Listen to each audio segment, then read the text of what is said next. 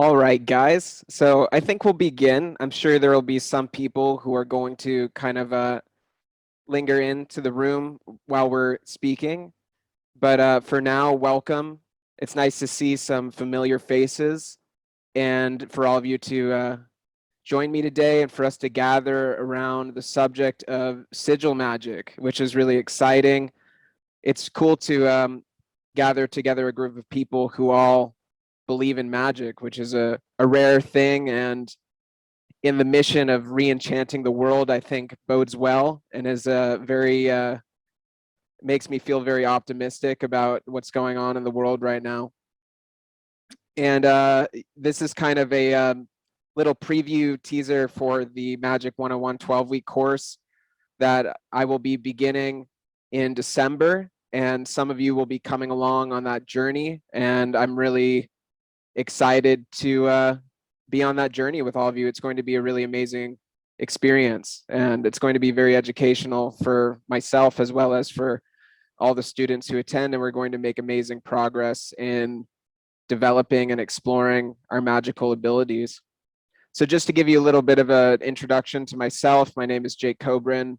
I am primarily an artist, but I'm also, I guess you could say, an enthusiast of magic and occultism and esotericism. I've spent a lot of time studying and exploring various spiritual disciplines and traditions.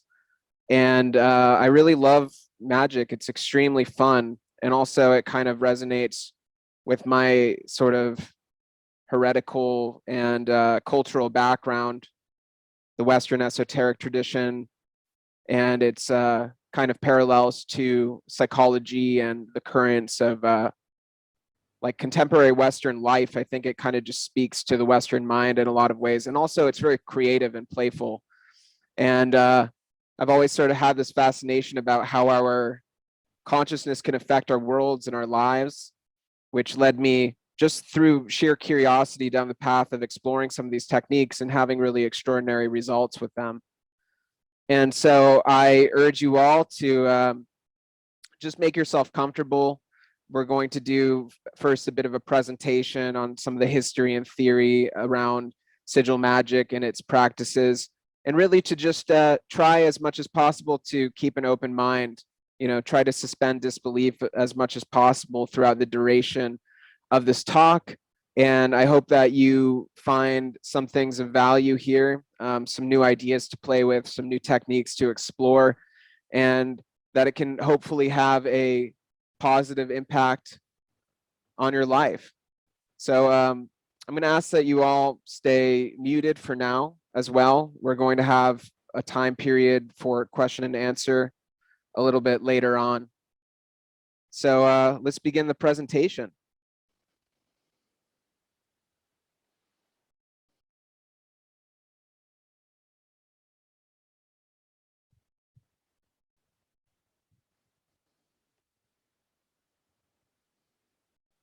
Can you all see this okay? Okay. All right, so Sigil Magic 101, or wish granting squiggles that bend reality. So that's what we're going to be exploring here, is how to create these magical wish granting squiggles that help bend reality to our will. So this is an example of some of like the earliest depictions of modern sigil magic. This is a process of the artist Austin Osman Spare, who's kind of the godfather of modern sigil magic, where he created a sigil that it was his wish to obtain the strength of a tiger. And so you can see how he was working with the letter shapes to develop these glyphs that eventually became his sigil to achieve that. So what is magic? I think it's important to look at what magic is before we get into sigil magic specifically. So magic ultimately is a way of affecting your reality and causing change. Magic is typically spelled with a K to differentiate from sort of stage show magic, sleight of hand tricks, and more directly is related to the aspect of sort of sorcery, or our ability to use occult forces, whether those are psychological or spiritual in nature, to influence the outcome of things in our realities. So essentially, magic is probability enhancement. It's a set of techniques that you can use to enhance and improve the likelihood of anything that you would wish to occur to be able to occur.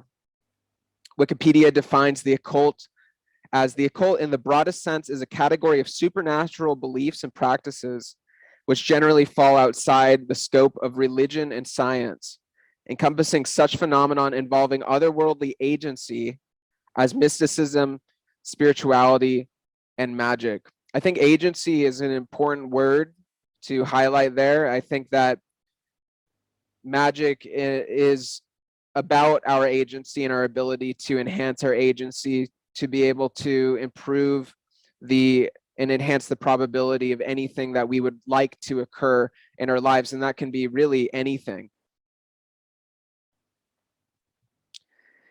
This is my definition. Magic, called by some psychokinesis, is the practice of using the strength and faculties of our mind and imaginations to influence the occurrence or outcome of events in our lives. It is the science and art of causing change in conformity with our will, as penned by the most controversial magician of the 20th century, Aleister Crowley. It is the meta skill that can be applied to all other areas of your life, the limits being only in your will and the energy you have to expend upon your practice. Magic is also a continuation of a centuries-old spiritual tradition.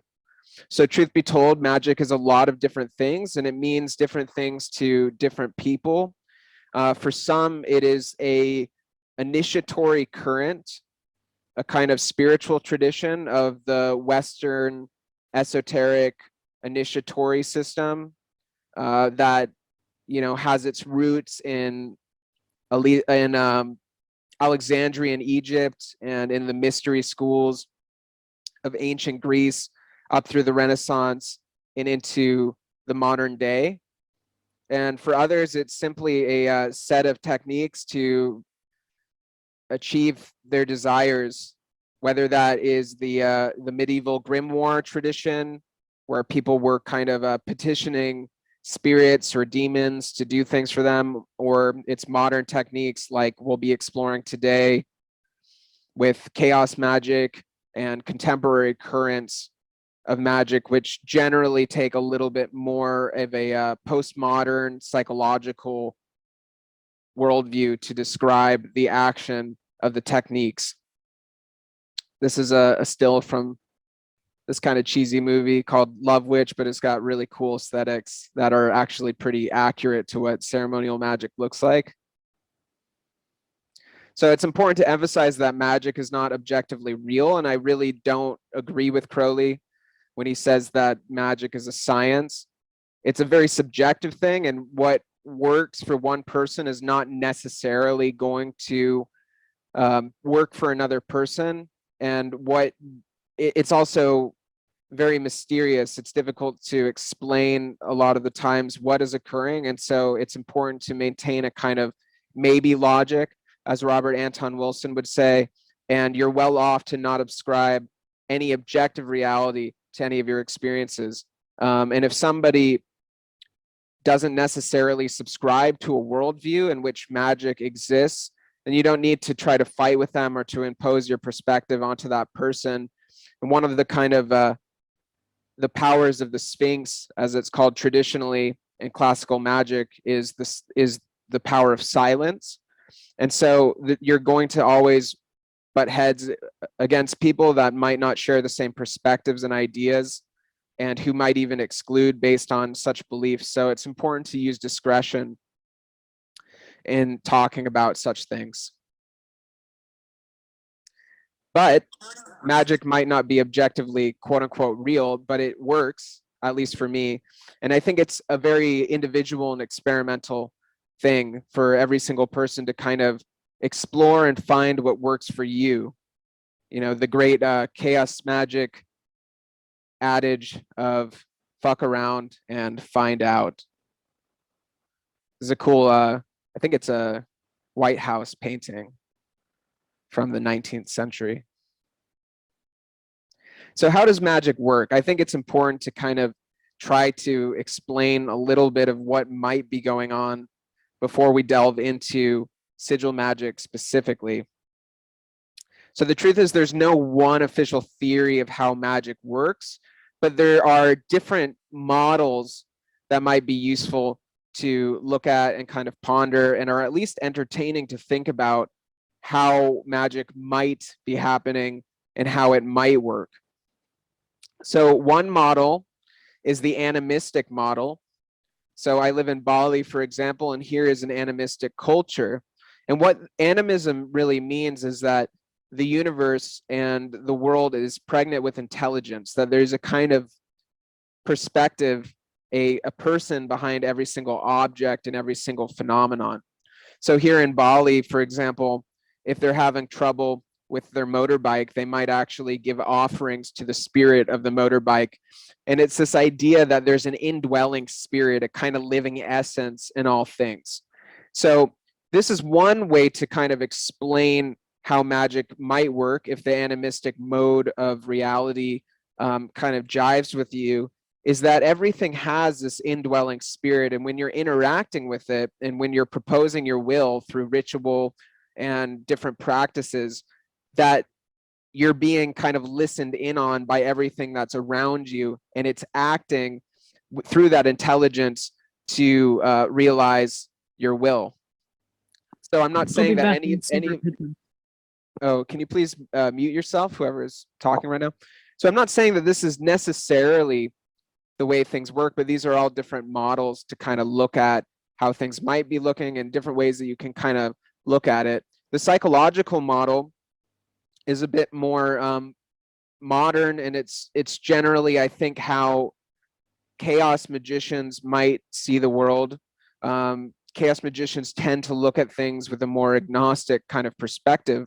The psychological model is more so that we have these deep wells of our unconscious, our kind of hidden storehouses of potent influencers that live in the depths of our minds and psyches. And that if we influence what is going on in our subconscious mind and within the depths of our psyches, we can then affect change on the kind of more conscious or higher levels of our minds. And this was actually the worldview and perspective of Austin Osman Spare, who was the progenitor of Sigil Magick, and we'll talk a little bit more about him later on in this presentation. But he believed that if a desire is not subconscious, it will not come to fruition. And you can say, I really want this thing, and you can think in your conscious mind as much as you want for something to occur, but unless that desire takes root on the subconscious level, then it won't actually come to fruition. So this might be a useful model to look at. And personally, I kind of just have a general question mark. I don't really try to concern myself too much about how things work. And I kind of take little bits of perspectives from all of these.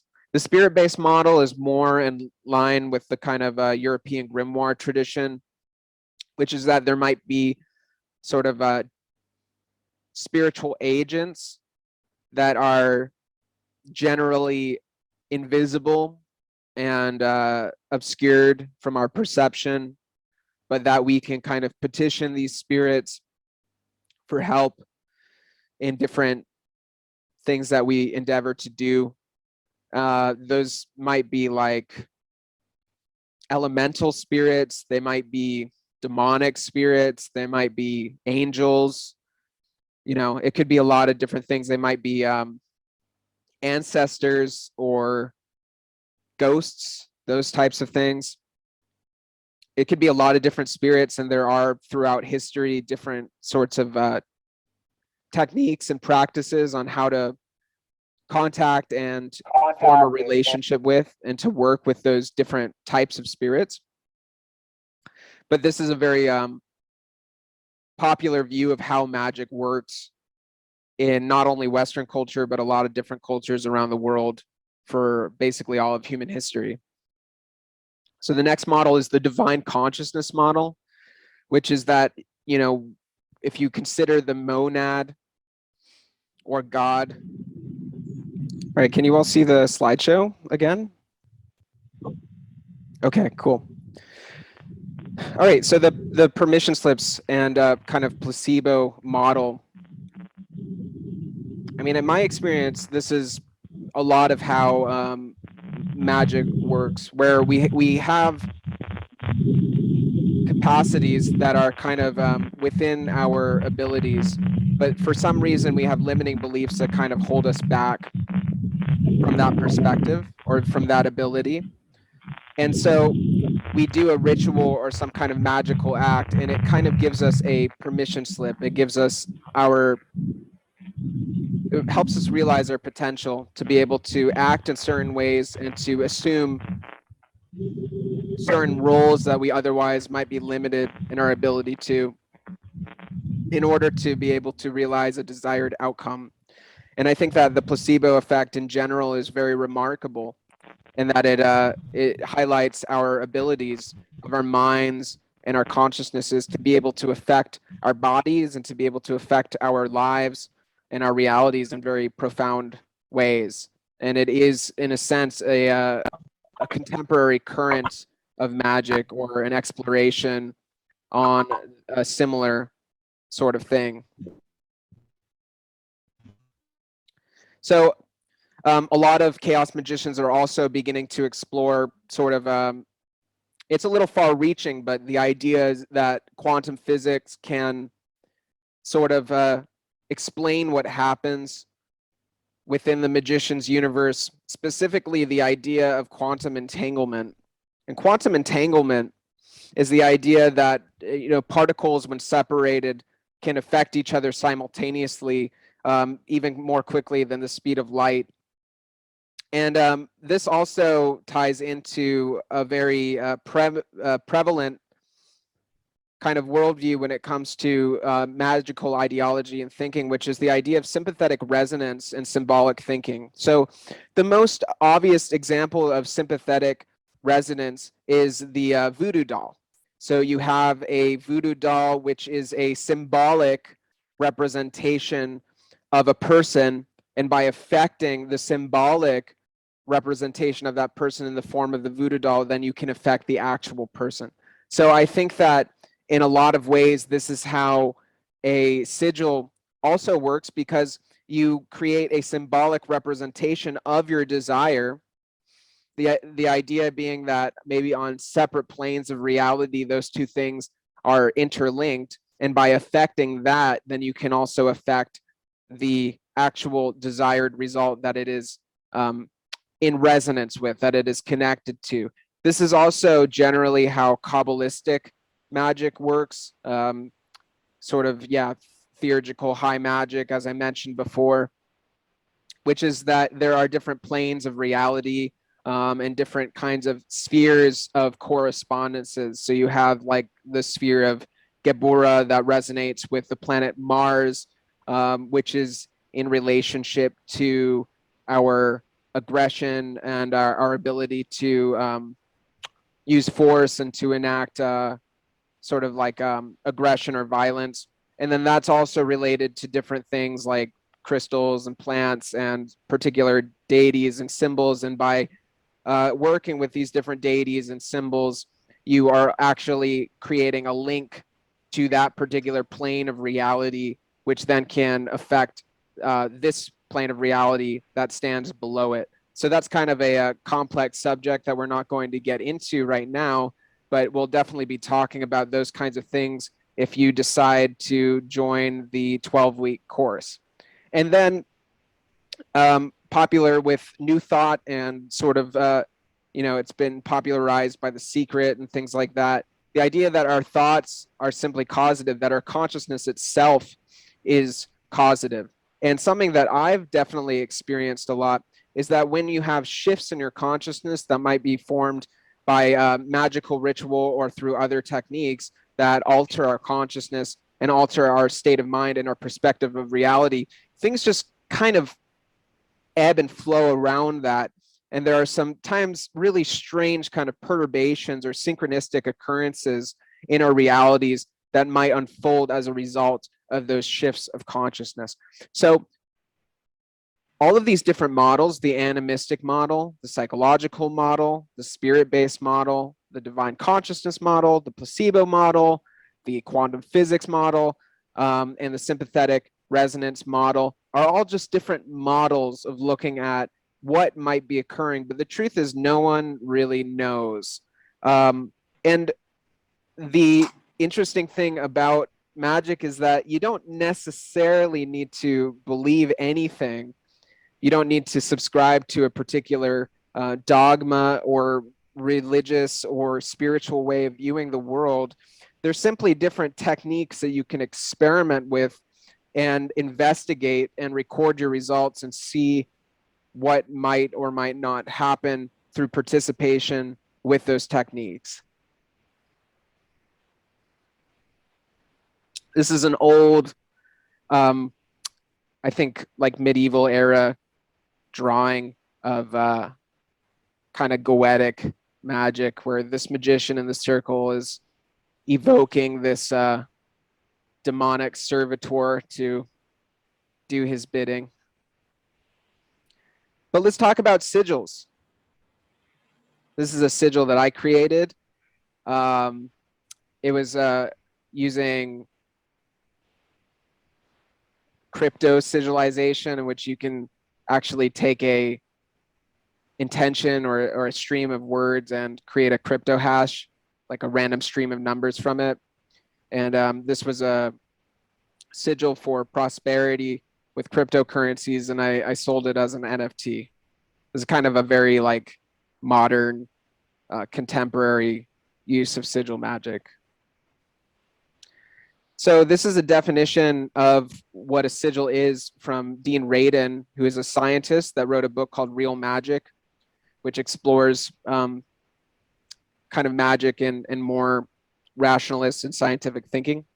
He says, a sigil is simply a symbol for a desired goal. It has an advantage over writing because crafting a sigil requires more focused attention than just writing it, and because use of a symbolic goal reduces the grasp of the analytical mind. In addition, after the sigil is created, the magician traditionally charges and then releases it. The charging is meant to forcefully concentrate emotion, intention, and belief on a goal. The releasing is intended to push the goal from the conscious mind into the unconscious. So it's an extremely accurate and succinct definition of what a sigil is and what sigil magic is about. So a sigil is a pictographic representation of an outcome that you desire. I guess that I would kind of create a footnote on this, that occasionally sigils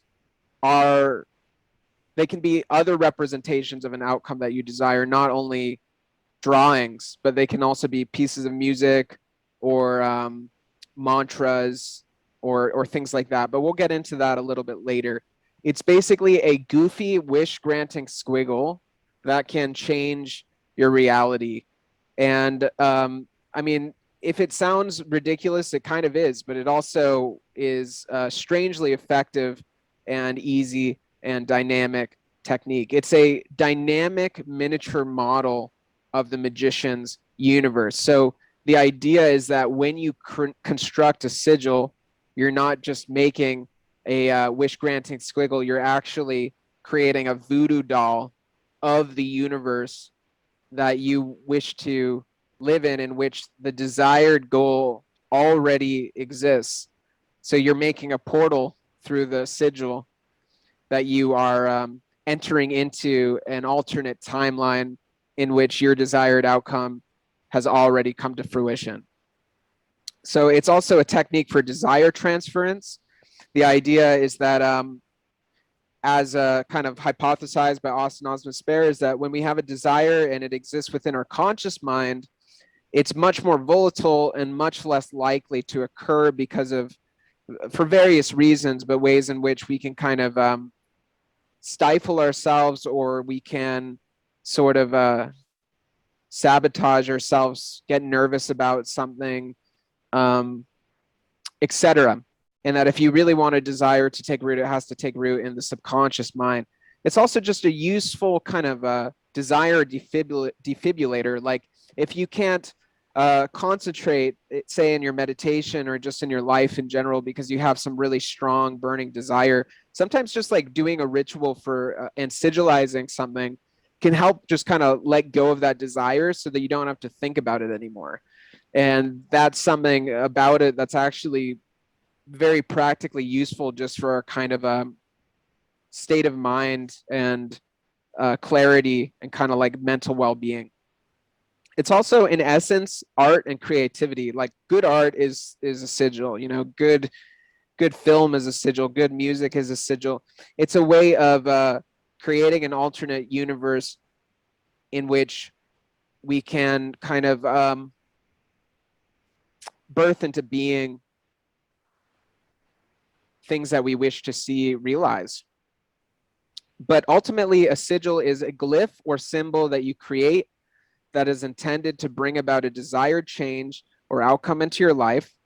You render that desire into a symbol. You forget about the desire. You do a ritual or an activation or a charging on the symbol, and then you wait for it to manifest. It's pretty much as simple as that. Sigil Magick is probably the most popular kind of like spell, quote unquote, or like magical technique of the last 30 years. And it is remarkably effective, and it's also very fun and easy and beginner friendly. So here's a little bit of the history of Sigil Magick. So I think that the farthest back you can go in exploring the history of Sigil Magick is actually the cave paintings. This is a cave painting in Lascaux, France. It was made during the Upper Paleolithic era, more than 20,000 years ago. But I really believe that the paintings of these caves were a form of sigilization in what we might call a hypersigil, actually. And we're going to explore what a hypersigil is a little bit later. But I believe that, you know, these caves were in very difficult to reach places, and they were very sacred places. They were clearly religious places, temples. They weren't just, you wouldn't go there by chance. They were very deliberately chosen and very carefully crafted. But I think that it's very likely that the paintings on these caves were created as a way of visualizing what people wanted to realize. So here you have bison, and you have paintings of hunters hunting the bison and successfully slaying the bison for food. And so this was probably a way of sigilizing and a way of concentrating intense emotion through ritual practices on the desired outcome of being able to get food for the tribe. And so I think that this goes to show how deeply rooted these types of symbolic thinking and sigilization and magical creative processes exist within the lifeblood of humankind, where not only is this probably the oldest example of painting that exists in history, but it might be some of the oldest examples of magic as well. And those two things have been really interlinked from the beginning of time. So then getting more into kind of more recent history, you have the Greek magical papyri. So these were papyrus scrolls made in ancient Greece and Alexandrian Egypt of different procedures and spells that were undertaken, can still be used today. There's some excellent scholarship being undertaken to translate these and to be able to use them. And it's kind of it's had a resurgence of popularity with modern day magicians actually using the ancient Greek magical papyri, and people are having interesting results with it. But you have these kinds of like, you know, they're not exactly sigils, but they're these kinds of like, you know, human or deity forms that are blended with different glyphs and symbols and letters kind of all constructed together. And I think it's ultimately the same kind of thing where it's like you create this composite glyph to kind of concentrate a particular intention, even though they don't exactly look like modern day sigils. So there's also the Jewish magical papyri, which is the practical Kabbalah. It's also very old, from 516 BCE to around 70 CE. And I got to see an exhibition of these in Amsterdam a couple years ago, and it was super cool to see all these old, like legitimate magical scrolls with different, spells. But they created these this sort of alphabet that is a kind of magical glyph system. Whoops, that they would then kind of smush together and create sort of a sigil type thing. It was generally like arrangements of Hebrew letters as well, like in the form of the Star of David and things like that. But they also did use these kind of creative letters, these magical ciphers as well, which I think has a lot of similarities to modern day sigil magic. And then in 1531, Heinrich Cornelius Agrippa released his books of occult philosophy that were very, very influential, and continue to be very influential to this day. But he had these magical squares, which are utilizing different number tables and different glyphs and symbols and angel names and things like that all correspond generally to a planet or a particular angel or deity as a way of invoking them in a ritual practice. But I think that it has also a lot of characteristics where, you're basically taking your desire, which is to contact a particular spirit or entity, and you are creating a glyph of that using the magical square, and that essentially you transfer your desire, and then that's like the portal that opens up in which that deity, that entity, is able to communicate with you. So it has a lot of similarities to modern day sigil practices. And then like getting more into contemporary stuff, in the 19th century, you have the Golden Dawn. The Hermetic Order of the Golden Dawn was an extremely influential magical order. It's where like most of kind of contemporary high magic comes out of, and probably had the greatest amount of influence on contemporary magic of any single organization. It also trained a lot of very notable occultists, including Aleister Crowley and W.B. Yeats and Dion Fortune and Arthur Waite, and a lot of the really the authorities on occultism and magic that came about in the late 19th and early 20th century. And so here you have these rosy cross sigils that were, again, like this is a sigil for Klaunek, the servitor of Sirach, like whatever that is. I don't even know what that is, but the idea is that you can create these glyphs, these symbols that also correspond to different entities or deities or servitors or archangels and those kinds of things that then you can use in your magical workings as a way of kind of corresponding with those or invoking their qualities. Because although sometimes they can appear as like actual entities, more often than not, they're more like forces of nature in which they have like particular, qualities. So if you're looking for the quality of expansion, you're going to want to invoke some kind of archangel of Hesed or of Jupiter to kind of give you that quality of expanded consciousness and opportunistic awareness. So so these are ways of kind of like dialing into a particular stratum of consciousness that can be kind of invoked through the use of these magical symbols. And then we get into really like modern day sigil magic, and the godfather of the modern sigil is Austin Osman Spare.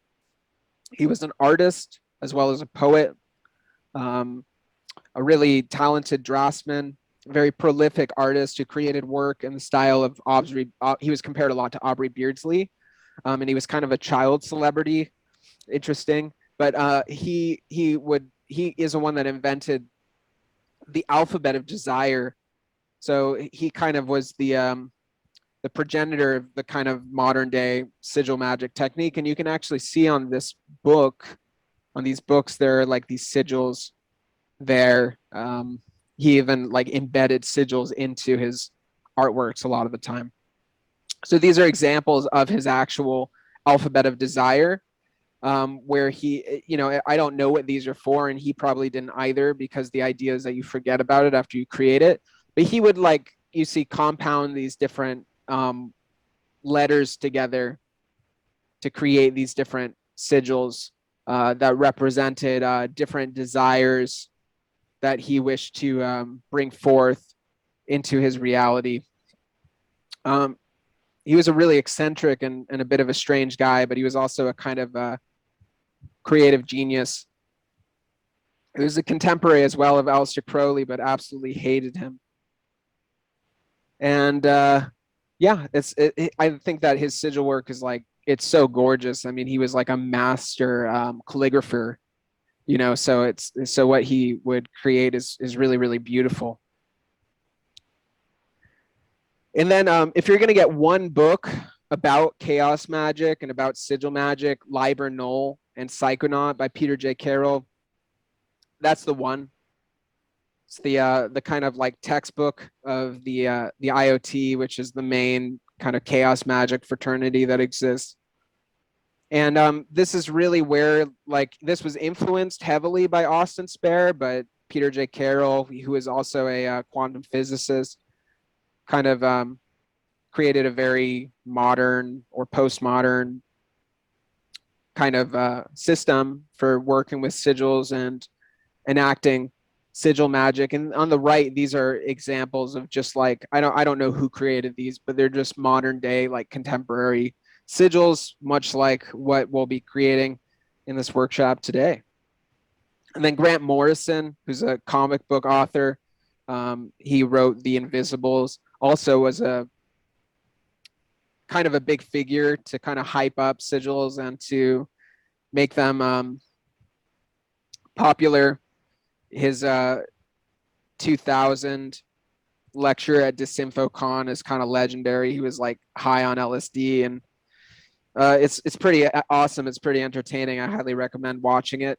But he also was the sort of developer of the concept of the hyper sigil, and we'll get more into that. But he basically created the Invisibles to be like an alternate reality. Like the entirety of the comic book series was like a kind of voodoo doll to be able to affect his life. And then he created this character, King Mob, as himself, and began to put the character through different circumstances that he wanted to experience, and found that they would actually occur in his life. So hyper sigils are also a very kind of exciting development within the world of chaos magic and sigil magic. So how to make sigils? Well, there's a bunch of different methods, and eventually, don't worry, after this presentation, we're going to do like a live demo together on how to make a sigil. This is my friend Rowan E. Cassidy's work. He also lives in Bali here, and he creates a lot of art for, black metal bands like Behemoth is one of his main clients. But this is one of his sigils. You can see like how it's this combination of different letter forms and things like that, and it's gorgeous work. So the first thing is that you need a statement of desire. You need an intention. And you know what, this like seems easy, but it's actually like one of the harder parts of sigil magic. So what I would recommend to do is to write out a list of all of your desires. Just, this is only for you. You don't need to show it to anybody.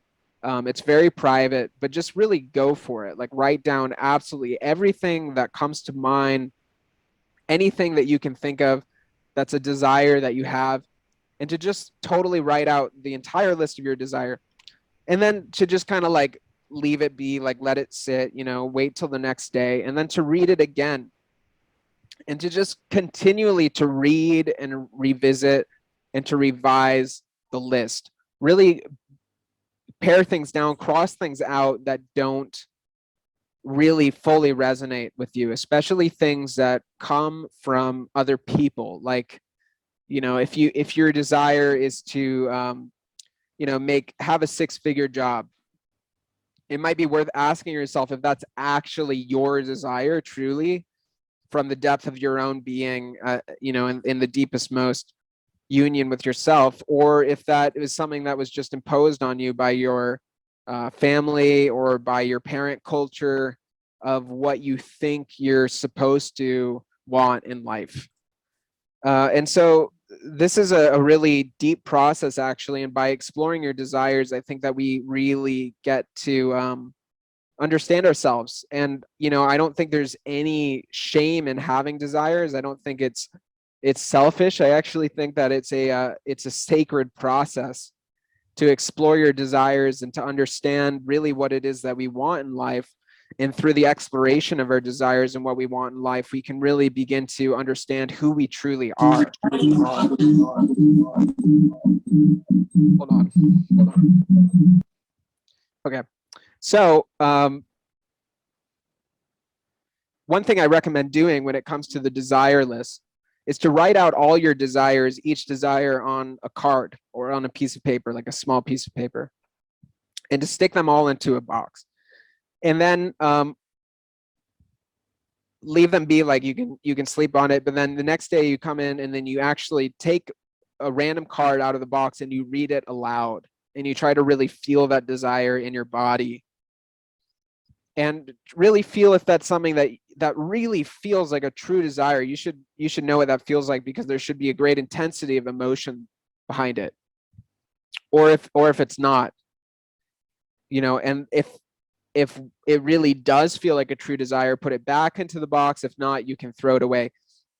And it's important to be able to distinguish these things. The ones that are your true desires are ones you're going to want to sigilize for, and the ones that are not your true desires are ones that you should just do away with. I made a desire list about a year ago for this process, and reading back over it recently, there was like barely anything on that list that I really resonated with anymore. So this is something that's going to change a lot over time as we change and develop and establish new levels of awareness for ourselves and for our worlds. So it's also really important to write out the statements as if they've already happened. So if you're trying to manifest financial abundance, which is something that we probably all can resonate with, is it's important to not write like, I want to have a lot of money. Like, that's not how you want to write your desire. Instead, you want to write it as if it's already happened. Like, I am prosperous and abundant, or I have more than enough money to do anything I would want to do, or whatever it is. But to write out the statement as if it's already occurred. And you can get creative with it too. Like Gordon White, who's a contemporary magician, I took one of his sigil courses, and he was saying that, like, if he wants to get fit, he'll create a sigil for a wild and passionate affair or something like that, with the idea being that, if he was having a wild and passionate affair, he'd want to take care of his body to look good to his new lover. So, like, you can get creative about it. And are sigils black magic? Yeah, absolutely. Are they white magic? Yes, that as well. So it's like, sigils are amoral. It's a neutral tool that can be used for whatever you want to use them for. It's not inherently good or bad. It's really up to your own kind of ethical and moral compass for what you feel like is appropriate to do and what is not appropriate. In general, I would really dissuade doing any kind of sigil that would directly impact the life of another person. For example, and like, we've all done it, I've done it, there's no shame in it. Don't create sigils to try to get a specific person to fall in love with you. it's just like not a good idea, and it can be a bad idea for several reasons. You might actually end up with that person and realize that it's not what you wanted, and then there's this whole like karmic entanglement, and it might not be that person's will, you know, and it might take them away from their own path in life. So we're kind of like, you know, it's playing in murky waters to try to use magic that interferes with the will of another person. So if it is like love that you're looking for and that's something that you want to sigilize for, it's probably better off to create a sigil that's something like, I am in a loving, nurturing relationship, rather than like Susie is deeply in love with me or whatever it is, you know? So this is the letter glyph method, which is really the most commonly used method of creating sigils. It's what I use personally and what I find works the best for me.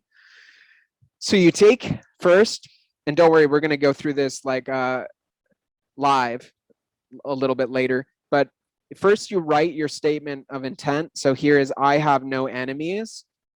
And then you cross out all of the vowels. So you're left with H, N, H, V, N, M, S. And you also cross out all the repeating letters. So here, like N repeats twice, you get rid of that second N. And then you kind of begin to play around with it artistically, and you smush all the letters together until you come up with some sort of like aesthetically pleasing glyph. Ideally one that you can easily visualize, because that's a big part of the charging process. And this is your sigil. So yeah, write out your statement of intent as if it has already occurred. That's very important. Cross out all the vowels, cross out all the repeating letters, and begin to combine the shapes of letters into an aesthetically pleasing glyph, and then refine it until you're satisfied. I mean, my sigils don't really look very much like the letters that I use. They're really highly abstracted and, you know, aesthetically modified. But, you know, you don't have to be a professional artist to do this. You know, you can be an amateur draftsperson and still get good mileage out of your sigils. It's really just for you and for your subconscious mind. It doesn't, you shouldn't actually show these to anybody. And that's one thing I would really recommend is, in my experience, magic in general is a lot more effective when you don't share it with anybody else, when you don't tell other people about what you're doing. You know, if you want to talk about the process of sigilization and creating sigils in general with other people, I think you should totally go for that. But I would recommend in general to not necessarily tell people about the workings that you're doing. I feel like I'm superstitious about it. I feel like it dispels the charge of the magic to talk about it with other people, and that it really should be like private and personal just for you. So the number table method is also very useful. You write out your statement of intent, and then there's this number table which ascribes a numerical value to each of the letters, and then you would create a 9 number grid, and then you would trace a sigil onto that table. So, you know, here's an example of what these look like, and I'll demonstrate this as well. I've used this as well. I don't find that it has as good of an effect for me personally as the kind of letter glyph method, but I would say go for it and try it out. It's certainly easier in a certain sense to create the actual sigils. And then this is the rosy cross method. The rosy cross is traditionally with Hebrew letters, but you can also do it with English. This is an example of a rosy cross table that was arranged with English letters. But, you know, basically this is also a sigil for the archangel Gabriel that somebody created, but you would write out your statement of intent, and then you would just trace it onto the rose cross template. And you could probably easily find this rose cross template on you know, Google image search or something like that. And the circle represents the beginning of the sigil, and then that little tiny line that you see at the bottom of the sigil, that's the end point. And so sigils that are created using this method or the number table method that I showed you previously, they're typically drawn with the circle to start and the line to end things. The idea is that, like, I think the idea is Hebrew is sort of this like source code language. And so our subconscious minds somehow know about the arrangement of these letters, you know, or it's arranged by, like, I've heard it compared to, you know, the flowing electric currents or something like that, you know, that's just like how spiritual energy flows into our world or something like that. I don't know if that's true. You know, if that resonates with you, I say go for it, try it out and see if it works. But for me, the kind of slightly more psychological worldview and the use of the letter glyphs to infuse a desire into my subconscious mind seems to be the most effective thing for me. There's also my friend Dara Mason created this cool sigil engine. Maybe I could, you know, boot this up for you to see. So basically, you write out your intention,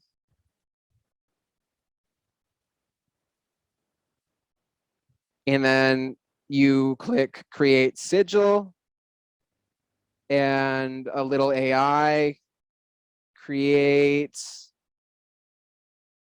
a sigil for you just like that, which is super cool. And then you can export it and save it. I mean, you can try it out. I personally feel like there's a lot of power in and magical energy just in creating the symbol, that I feel like you might lose a little bit when you use a an automated, you know, engine like this. But I mean, you know, I would really just recommend everybody that's here to just experiment with all these different techniques and see what tools work for you and what doesn't. I mean, they certainly look really cool, and it's got a cool aesthetic and it's fun. So it's really cool. Definitely try it out. And I think there's been like, I think Dara said there's been like a million or more sigils created using the website so far. Okay, so now we're at the kind of like the actual ritual part of it. So say you have your sigil and you have your intention of what you're attempting to bring into fruition in your life. So what do you do with that? So the first step is you should do a divination on your sigil and on your desired outcome. Do I do this all the time? No, I definitely don't. But you should, in this case, do what I say, not what I do. I think it's important to, especially if you're going to do something really, really significant, to just do like a tarot reading or an I Ching reading or something, some kind of divination. There's so many different systems. Personally, I use the I Ching and I use the tarot as my divination methods, but there's also geomancy, there are runes, you know, there's all different methods of divination, but basically to get an oracle on the outcome of your ritual, just as a form of kind of like harm reduction.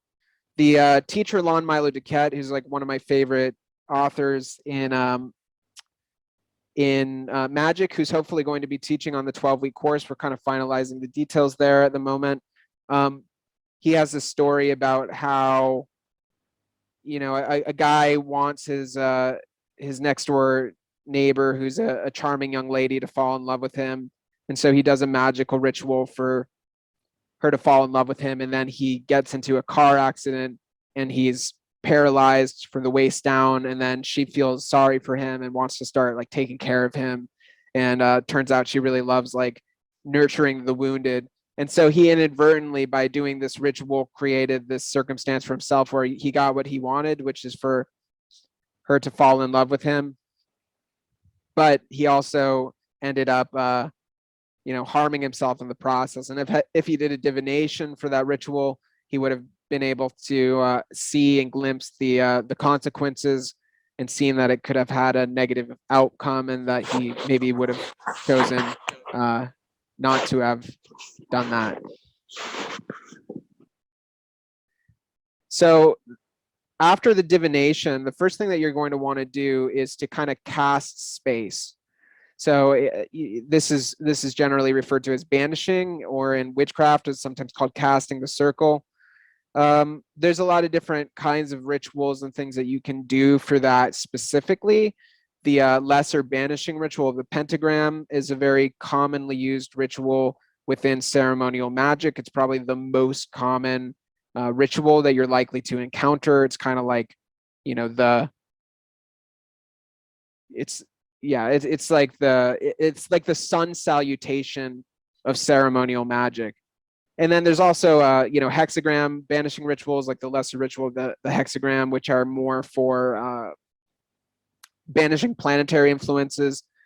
I'm not going to go into these rituals during this talk, but you can Google those, and we'll definitely be covering those in the 12-week course if you want to learn more about those specific rituals.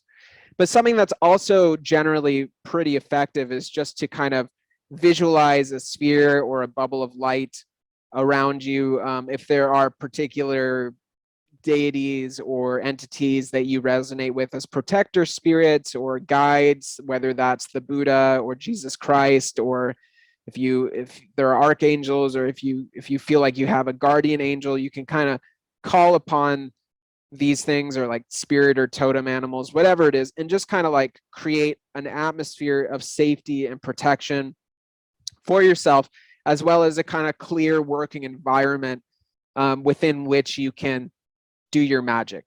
So also smudging or saging, can be effective. You can use, sage, Palo Santo, frankincense, whatever it is, to kind of clear a space.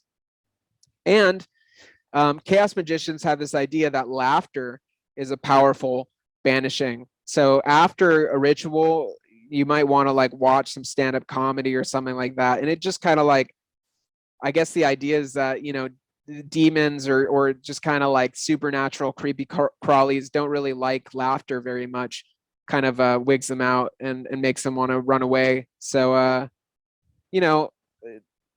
seeing if you can induce laughter for yourself somehow after a ritual might be a good thing. But you generally want to banish and cast space like before and after a ritual to kind of clear your space of any kind of quote unquote astral debris or any sort of negative influences, whether it's just your own energy or it's the interference of some other supernatural agents like, spirits or entities or whatever.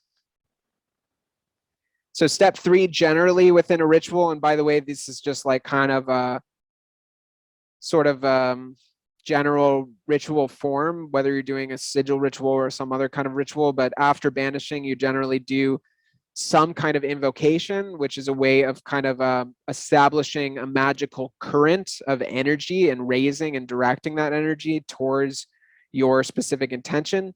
So there are general invocations that can be done, like the Bornless ritual is a very well-known one, or some people like to read psalms, like Christian psalms.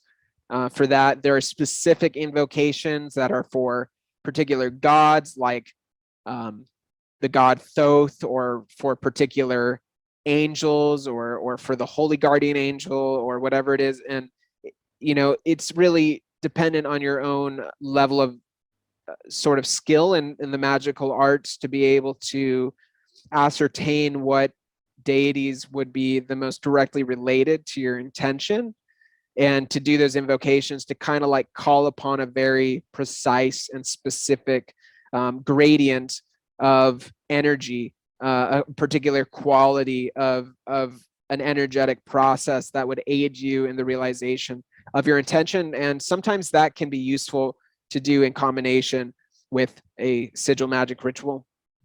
The middle pillar exercise is kind of like a Kabbalistic chakra charging of sorts. They're not chakras per se, but they're different energy centers on your body that you use visualization and chanting to kind of like circle energy throughout your body. And that can be a very useful thing to do to raise energy during a ritual. Again, I'm not going to go into how to perform that, but that's something that will be covered in the course and something that you can also research online. There should be a lot of resources for that. There's different Taoist or tantric means of raising energy, like Qigong or Tai Chi, and doing those kinds of things like breathing exercises, visualization processes, Kundalini practices where you're visualizing energy cycling through your nervous system and up your spine and into your third eye or into your crown and back down your body. That can be like a useful thing to do before you begin a sigil ritual. And then sex magic is also a very popular way of charging sigils, in which you use sex, whether that's solo or with a partner, to create and raise energy through the sex act that then you direct and release towards your sigil. So the idea is that you need to be in a Gnostic state. You need to achieve Gnosis in order to charge the sigil, in which you and your sigil become one. You fuse yourself with your sigil in a deep state of intensity and concentration. So there are different methods of achieving Gnosis, which you can experiment with and invent new methods as well and explore new methods that haven't been done before in order to charge your sigil. So these are different methods that are often used. So they're the inhibitory methods of Gnosis, such as meditation or deep concentration. The death posture, which is something that Austin Sperry developed, which is basically like, Shavasana, corpse pose, in which you get into like a deep state of relaxation and you visualize the sigil in that state. Magical trance, which you can do through ritual. Hypnosis, either self hypnosis or somebody inducing hypnosis upon you. Sleep induction, which is when you visualize the sigil as you're falling asleep.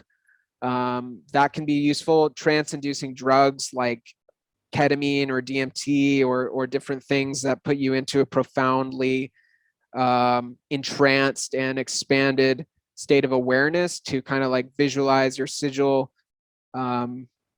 during that state of consciousness can be a very powerful way to charge a sigil, but requires, I think, a certain degree of caution and experience into those states of consciousness to be able to navigate that effectively, especially within the context of ritual. And that's also something that we're going to go into in the course with my friend who's a bit of an expert on that. And then just staring at the sigil, like this is actually a very popular method of charging sigils. People just kind of, it's like one of those I forget what they're called, but those sorts of optical illusion things where you kind of stare through them and then it opens up into like a different like dimension where you can then see it in 3D, these kinds of like stereoscopic images. So sometimes just staring at the sigil in this kind of magical way can be an effective way of charging it. And then sensory deprivation. I have done personally sigil chargings in float tanks and found that to be a really exceptional method of being able to charge sigils. So I've done all of these. I think they're all really excellent. And I generally use the inhibitory methods more so than the excitatory methods, which we're going to talk about here shortly. And the meditation concentration method is actually the method I use the most and I find is the most effective for me, but it requires already having the prerequisite abilities of meditation, concentration, and strong visualization abilities to be able to do it, which might take a little bit of practice, but it's definitely something that you can work up to. So excitatory. Some people actually find that these methods work better for them. Some people are more sort of, I like to be sedated. Some people are more kind of like stimulant type people. And so people have different kinds of orientations for what might work for them in their magical process than others. But the most popular method of excitatory Gnosis is sexual ecstasy and exhaustion. So like coming, either having sex with a partner or masturbating. And then when you're orgasming, focusing your full attention and energy onto the sigil and transferring that ecstatic Gnostic experience onto the sigil. So this is actually probably, truth be told, the most popular means of charging sigils. And, I've done it. You can try it and see if it works for you. I find it's less effective for me than the meditation concentration method. I think that if you have some form of sort of like, I guess like, practice in the sort of energetics of sex, like through tantra or through sex magic, being able to work with and direct energy in a more kind of sophisticated manner will strongly aid you in your ability to use sex energy for the charging of sigils. And then strong emotions. Hold on, I gotta mute this person. All right, so strong emotions like fear, anger, etc. So I remember in a Grant Morrison talk, the one from SymphoCon, he was talking about, like jumping out of a helicopter or something like that, like paragliding or anything, like maybe a roller coaster ride, like one of these really intense moments of extreme emotion. You could theoretically use that to charge a sigil because that's when your mind is more impressionable theoretically. Physical extremes like extreme pain, maybe like suspension or something like that, hook suspension, or different means that people used. Like I've definitely through intense prolonged like tattoo experiences had some fairly Gnostic experiences through extreme pain, and I do think that it could potentially be a method for implanting a sigil, but it's certainly not a good one probably to rely on all the time because you might do harm to your body. Dancing or drumming, kind of like shamanic techniques where you dance yourself into a trance, can be really effective, as well as sensory overload, which I think could be undertaken through like a rave or something like that. And then extreme breathing, like breath work, to like work yourself up through breath work into a kind of expanded or Gnostic state of consciousness. And all these things can be used, and they're all effective. In terms of sensory overload, something that I've also been exploring a lot is the use of virtual reality for sigils. So you can create kind of sort of like strobe light sigil videos in which you're like fully immersed in that, and it's very intense because you're in virtual reality and it's like entirely encompassing your field of experience and awareness. And that's something that I've used, and it's pretty powerful, as well as using like the program Tilt Brush, where you can draw sigils in three-dimensional space.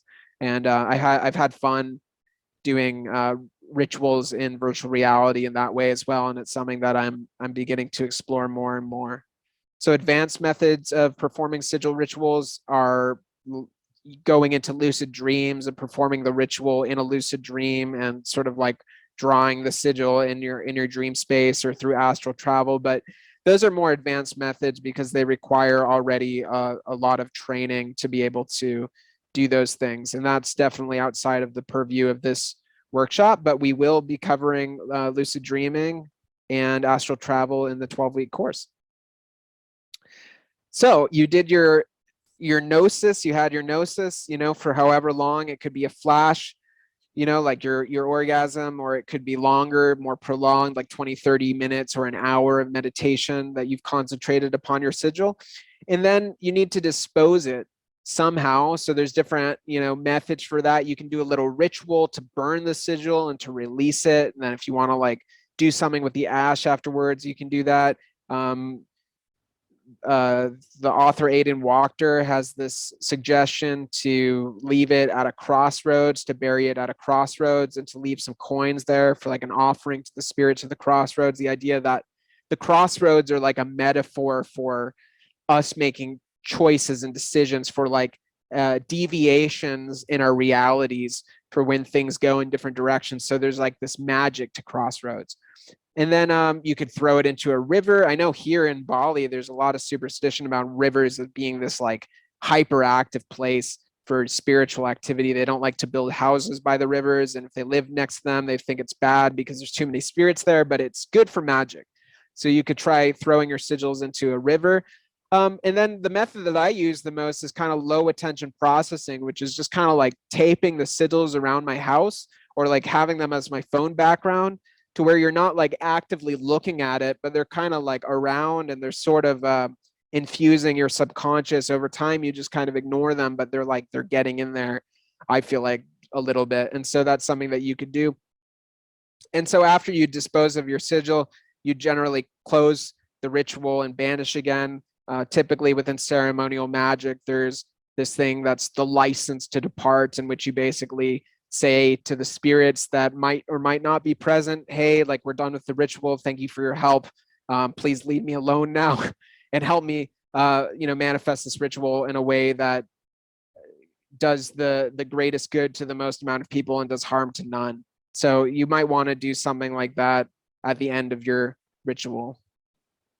Forgetting. So this is extremely important, and it's actually one of the hardest parts about sigil magic, or just magic in general. Honestly, it might be like the most difficult part, which is, how do you take something that is an object of intense emotion and desire for yourself, and then not want it, like to just forget about it? And that's really, really difficult to do.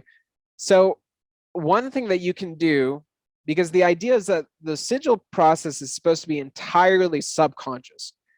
Like, you're supposed to look at your sigil and not know what it's for when you charge it. That's what real traditionalists say about sigil magic, that it can only work when you don't even know what you're charging. You know it's something that you desire, but you don't know what that is, because you create the sigil to obscure the contents of your desire from your conscious mind and to stuff it into the subconscious. So one thing that you can do is that you can create a bunch of sigils. You can create a few sigils a day for a month, and you could like build up and amass this storehouse with sigils. You can draw them onto a card or something like that, each one, and then you could stick them in a box, and then just like leave them, and you could leave them for a while, and just until you don't really remember what you were sigilizing for. You knew you sigilized for like a bunch of different things, but you don't really remember what you created the sigils for. And then you can just pull them out, and then you can just charge them kind of randomly over time, if you wanted to do like one per day, or a few a month or something like that. And that way you're getting a kind of pure charge on the sigil, because it's totally divorced from your conscious mind, and it's only your subconscious that is then receiving the impression. I find also that, like, if you do a bunch of sigils and you begin to tape them up around your house as this form of low tension processing, eventually you forget what those sigils were for. And so even if when you first do the sigil charging, you might have a kind of idea about what it's for. And I definitely have done sigils right after I've made them, in which I definitely consciously knew what they were for. And in some cases actually had good results with those. But something you might want to do is, if you tape them up and then you forget about them, then you could do a charging for them again later on, a second time, in which you don't remember what they are. And that might actually have, better effects. It might actually work. So stacking sigils. This is something that I do that I find is really, really effective and helpful.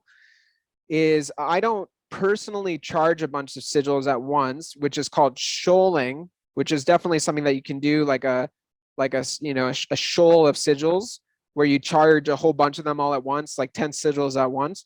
But what I will do is that if there's a big goal that I have that I'm sigilizing for, I like to break that goal down into little steps. So I'll think of anywhere from 5 to 10 steps that are like landmarkers of things that would happen on the way to realizing that goal. And then I'll create a sigil for every single step of that, anywhere from 5 to 10 sigils, and I'll put a number on them. So like 1 is the ultimate desire realized, all the way back through 10, which is the thing that's like closest to me now. So like if you're trying to if you're trying to earn $5,000, your first sigil would be, I have earned $500, $1,000, $1,500, $2,500, $5,000, whatever it is. You break it up into steps. And then I start with the biggest goal that's the farthest away, and I will charge that on the first day, and then I'll work backwards up until the sigil that is closest to my life now as it is, over sequentially over a period of consecutive days. So I'll do a working around sigils based on the progression of the goal over a period of like a week or 10 days or whatever it is, in which I'll do a little ritual every day up until that point. And then the concept of the robofish is something that was developed by the chaos magician Gordon White.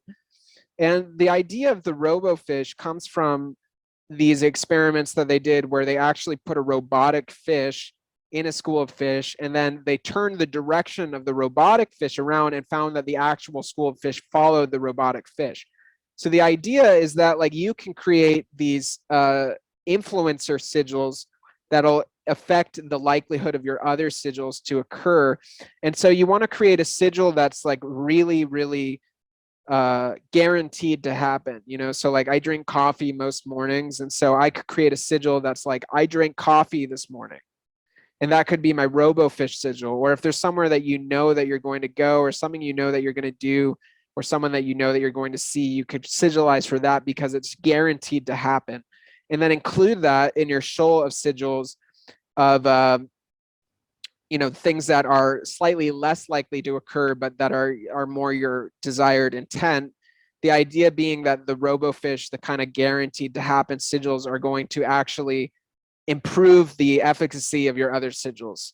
I don't have a lot of experience with that. That's not a technique I've used so much, but you could certainly try it out and just see how it works.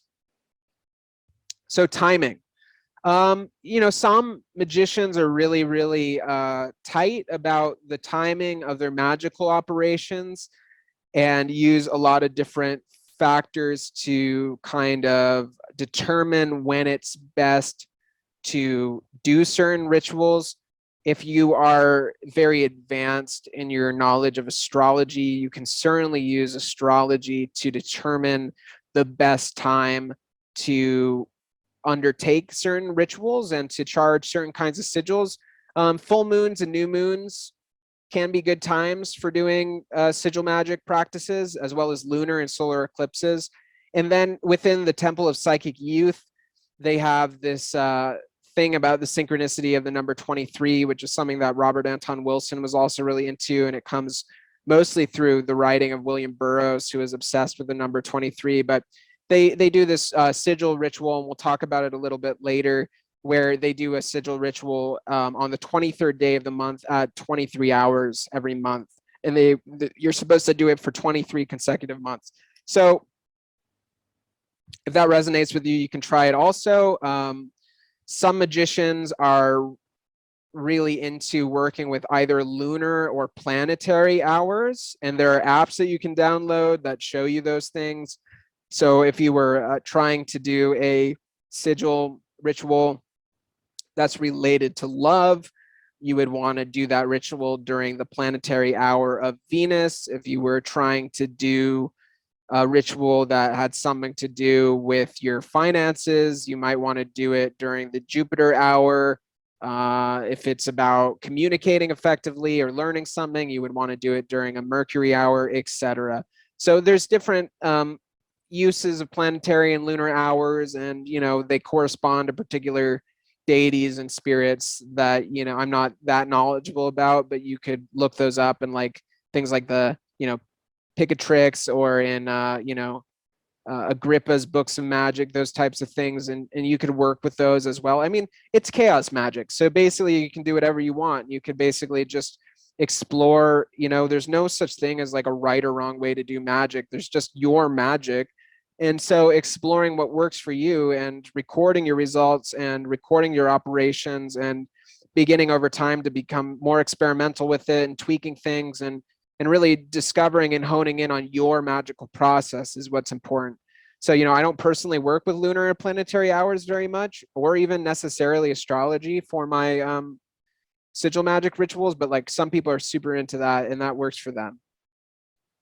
So if you're trying to build the skills of concentration and visualization, which it can be challenging for some people, there's no shame if it is challenging for you. It's challenging for a lot of people. The general practice that would be taught within like the Golden Dawn system, for example, is to use the elemental tattvas. So tattvas are these like Hindu symbols that are very simple, that relate and correspond to different elements. So the red triangle is fire, the yellow square is earth, the crescent moon is water, and the blue circle is air, and the purple egg shape is spirit. So these are the, you know, the 4/5 elements. And so you can just use like just the red triangle. And if you're having trouble visualizing your sigils, which might take some practice, and you're having trouble maintaining the visualization and concentrating on it, you can start with just taking a meditation period, 10, 20, 30 minutes, and visualizing just the elemental tattva, like just the red triangle. And that should be easier because it's so sort of simplistic to visualize than a sigil would be. And so you can practice that daily, you know, and over time that can build your abilities more and more to be able to visualize. I know people that have a kind of sort of disorder where they can't actually like visualize things. It's just like black. And if you have that, then it's okay to use other methods like to actually externally like stare at it. But personally, I find that my sigil rituals are the most effective when I'm really charging that through an internal state of concentration and visualization in my mind's eye. So yeah, like if you're a creative artist, creating sigilized artworks is an amazing way to sigilize an intention. And these are cut up collages created by Genesis Pioridge, who was a musician and an artist and also the founder of the Temple of Psychic Youth, and was also a progenitor of modern chaos magic. And Topi, the Temple of Psychic Youth, does a ritual process called the Sigil of the Three Liquids, and does it on the 23rd day of the month at 23 hours for 23 months straight, in which an artist creates some kind of sigilized creative artwork. That could be a drawing, it could be a painting, it could be a sculpture, it could be a piece of music, it could be these are collages, etc. And then also dispenses onto the artwork the three precious liquids of your blood, cum, and spit. And the idea is that by creating a magical link by putting your bodily fluids onto the artwork, you enhance that principle of sympathetic resonance. Whether or not that's necessary is up to debate. I'm not necessarily recommending that you go and cut yourself so that you could you know, achieve your sigils, but this is what they in the Temple of Psychic Youth did. And generally these are artworks that are not meant to be seen by any other person. So you create this work of art, it only exists for you and for no one else. And in most cases, we're actually destroyed right after the ritual. So as a creative artist myself, I find that this is a really fun and really powerful and effective way to create sigils. And it's a more elaborate and more kind of dynamic and intensified way of sigilizing, you know, and it's really up to your own creativity. I have a friend that I've been turning on to sigils here lately who was a Hollywood music producer, worked with a lot of big musical artists, and he's been creating like sound sigils, and he's been really digging that because he's a professional musician. So that's something that you can also do, is you can yeah, create music or film or sculptures or performance art pieces or whatever it is. It's really only limited to your own creativity. And finally, before we get into our demonstration, we're going to talk about hypersigils. A hypersigil is a term used to describe a feedback loop between an external or extended persona and a primary self. Grant Morrison said the hypersigil or supersigil develops the sigil concept beyond the static image and incorporates elements such as characterization, drama, and plot. The hypersigil is a sigil extended through the fourth dimension. My own comic book series, The Invisibles, was a 6-year-long sigil in the form of an occult adventure story which consumed and recreated my life during the period of its composition and execution. The hypersigil is an immensely powerful and sometimes dangerous method for actually altering reality in accordance with intent. Results can be remarkable and shocking. So yeah, Grant Morrison, he created a character that represented himself, this guy King Mob that wore leather jackets and was bald like he was. And he had King Mob undertake certain experiences throughout his series and found that those things were actually happening to him, both good and bad. So for example, he wanted a girlfriend and he wanted a girlfriend that looked a very specific way. And so he created this woman in the story that fell in love with King Mob and found that all of these women started appearing in his life that looked just like her. And before you know it, he manifested himself a girlfriend that looked just like the character that he wrote into the story. But also kind of, dreadful things happened too. Like he put King Mob through this hellish experience in which he almost died, and Grant Morrison ended up in the hospital undergoing the same sort of basic experience that the character went through. I think it was related to his lungs or something like that. And so there's also this interesting and kind of open place for exploration and experimentation into hypersigilling. If you're a creative artist, you can use writing or painting or concept albums. I forget the name of the gentleman, but I listened to a podcast recently with a musical artist that had created a hypersigil about falling in love, and then it happened. And so there's something really powerful about using creative art and sort of narrativizing yourself in an idealized kind of reality. Aidan Wachter recently released a really excellent book about hypersigilling, in which he recommends keeping a hypersigil journal, and that's something I've also explored that can be really effective. There's also this idea that you can use like a personal blog or even your Twitter or Facebook or Instagram as a hypersigil, which isn't something I've personally explored so much, but I think is really interesting. And this author says, think about something as basic as a MySpace or Facebook profile, the choices we make defining the online persona, which creates a manifest change in the offline world. The things we choose to place on the internet reflect and magnify the awareness of self to ourselves and those around us. The online persona, fictional self, or avatar one creates can create feedback loops to reinforce behaviors and perceptions and create significant real-world changes in a person's life over time. In the case of Grant Morrison, he was also shaping his persona in the letters column of The Invisibles and interviews he gave, and his public persona at comic conventions. Hypersigils are particularly prevalent among celebrities who are forced to create a public persona that the audience inevitably reads back into the actual celebrity. So I think that in a certain sense, you could even see like what David Bowie was doing with like the character of Ziggy Stardust, or, like celebrities that take different names like Marilyn Manson or whatever, as actually forms of hypersigilling, where you're kind of like creating an idealized version of yourself. And then sort of like you're birthing that being into existence through your creative art forms. So it's really exciting. It's really open to exploration. There's not that much written about it, and it's kind of on the frontier, on the edge of magic nowadays. I'm especially interested in the use of virtual reality for this, which isn't something that many people are exploring.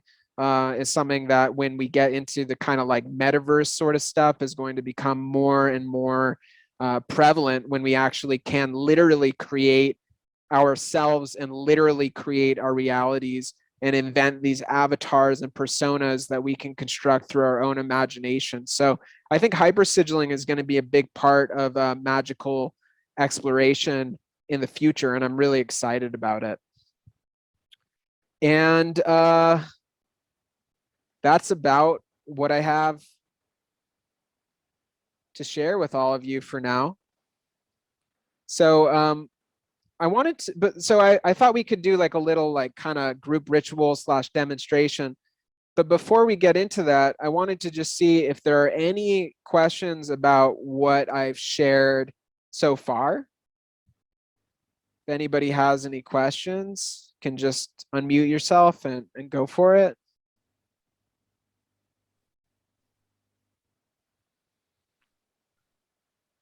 Hello, hi.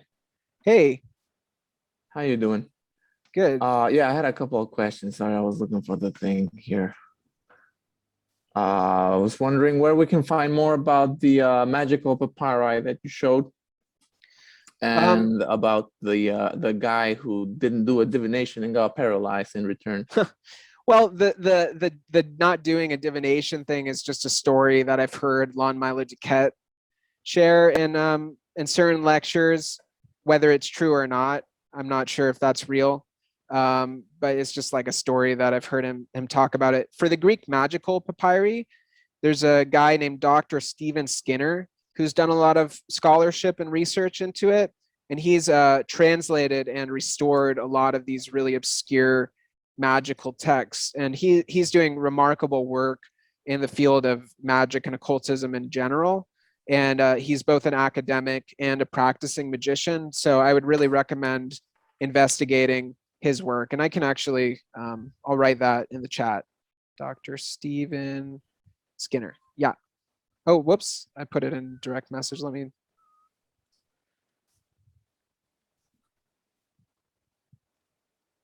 Yeah, it's really fascinating. So Shona, did you want to also ask a question? Yeah, I have a question, if that's okay. Sure. The main thing that I struggle with is the stuff of, so achieving the Gnosis state is fine, and then that step of transferring the energy charge from that state onto the sigil seems to be this like precarious, elusive abyss I have to cross that I'm not sure how to make that crossing, if that makes sense. It has to do with where your attention is in that moment. So the idea yeah, is and you that, get so lost in the intensity of the Gnosis state, and then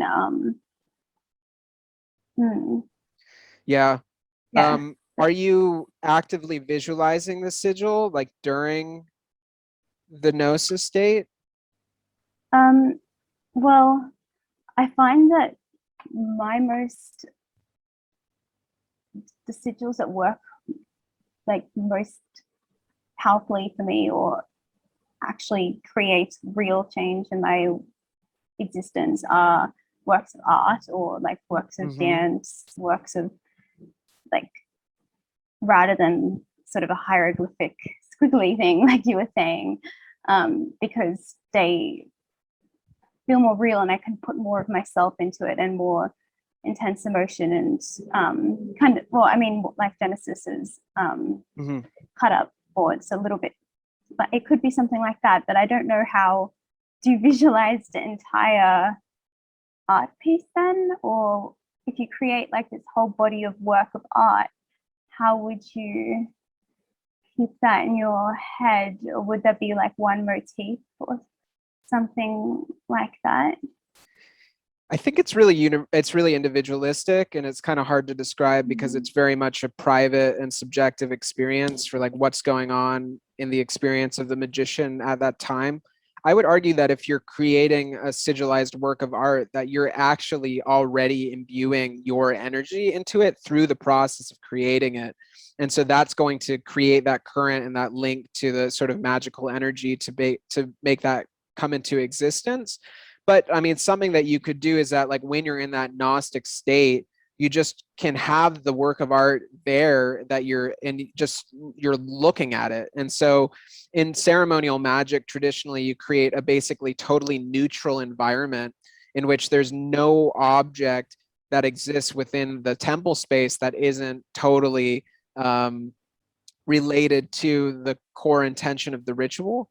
And so what you might want to do is to just basically put, like, I don't know, sheets over stuff, or what, like create a totally neutral environment so that the only thing that's in your field of awareness is the art that you are using or the sigil that you've created. And then when you're in that Gnostic state, to just try to allow as much concentration of attention as you possibly can onto that, even if it's just staring at it. Okay, yeah, thank you. I'm probably overthinking it too much and getting too analytical and cerebral, which is against the whole idea of it and is negating the creative process itself. But I think what you're saying is helpful, so thank you. Sure. Yeah, my pleasure. Yeah. Okay, thank you. Arthur, did you want to ask a question? Hi, Jake. Can you hear me? Yeah, how's it going? Great, great. Thanks for hosting this workshop. It's been very helpful. Yeah, my I've been pleasure. using sigils as a way to represent certain qualities that I want to embody. So like if, you know, let's say courage or something like that, I would make a sigil for that. And then I actually have a few of these sigils even tattooed on my body. And so obviously I haven't forgotten what they've meant. So I'm just wondering, like, in terms of how important it is to forget every sigil that you make, and if that can be detrimental, or like, you know what I mean? Like, do you always have to forget the meaning of the sigil for it to work properly? I mean, I have sigils tattooed on my body that I know what they represent. And I've found at times sigil rituals that I've done where I'm aware of what I'm sigilizing for and it still worked. So it's complicated. I've definitely had stuff where I felt like my investment into something was hindering the realization of that thing. So it's more about like a kind of quality of non-attachment, I guess. Like more so than it is about forgetting. It's about like a neutral psychic atmosphere towards the thing where you're not like clinging to it and you're not tight about it, but you're kind of just like, all right, if this happens, great. If not, that's okay too. But I mean, it's really up for every single person's experimentation. You know, so you might experiment with doing sigils where you maybe record what they are, but then you totally forget about it. And then later on, you find that like it actually worked, and maybe that you find is more effective for you. And then you can also try it with ones that you're consciously aware of what the sigils are, and just compare your results. Because I really think that it's like, you know, magic's so personal and works in so many different ways for so many different people.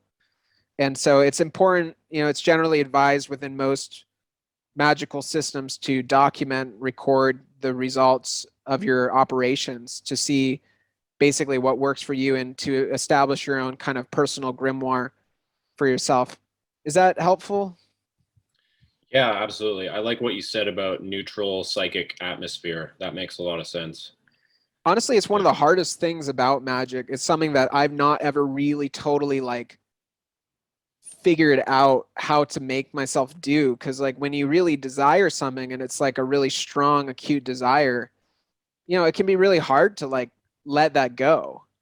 Sigilizing desires actually is part of that process for me. Even it's like if I just sigilize a desire, if it's like really taking up a lot of my bandwidth psychically, sigilize the desire and then I can kind of like put it out of my mind for that time being and just like kind of forget about it, you know. And then like I said, if you do the low attention processing thing where you just like hold on to the sigils after you're done with them, then you know, maybe you could try charging it again when you kind of have forgotten about what it was.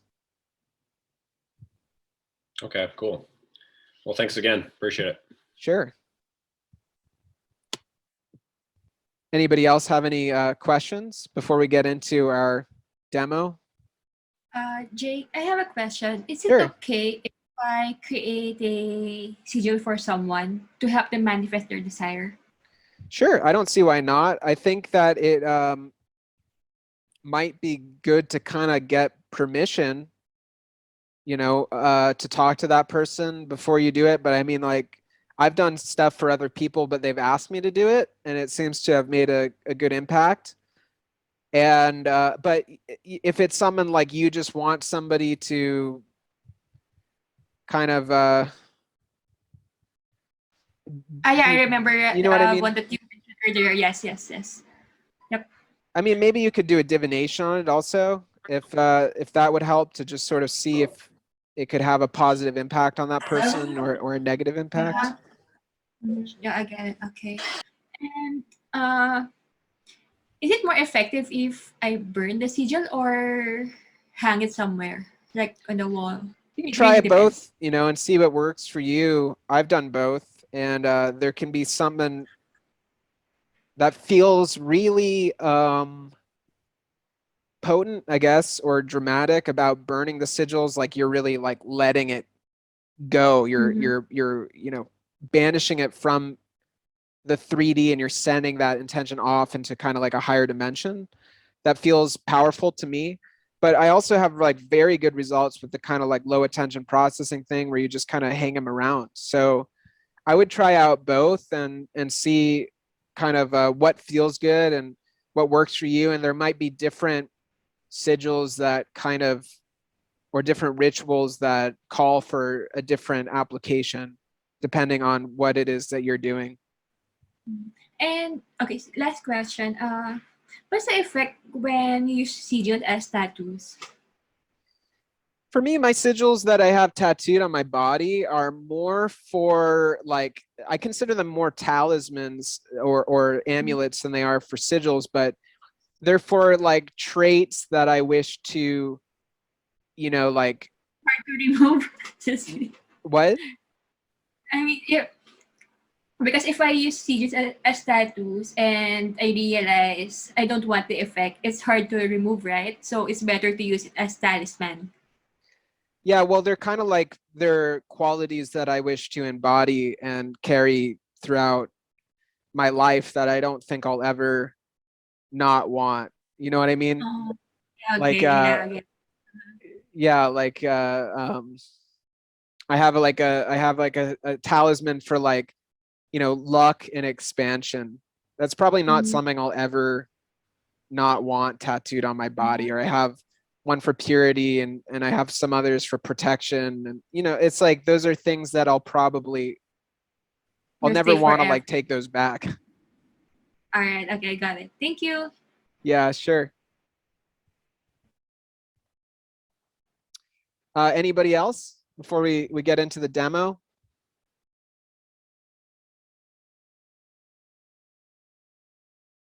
All right. I mean, we got about like an hour left. And so what I was thinking that we could do is that like maybe we could actually do a little sort of, we could create and charge a sigil right now, like with all of us here together shortly.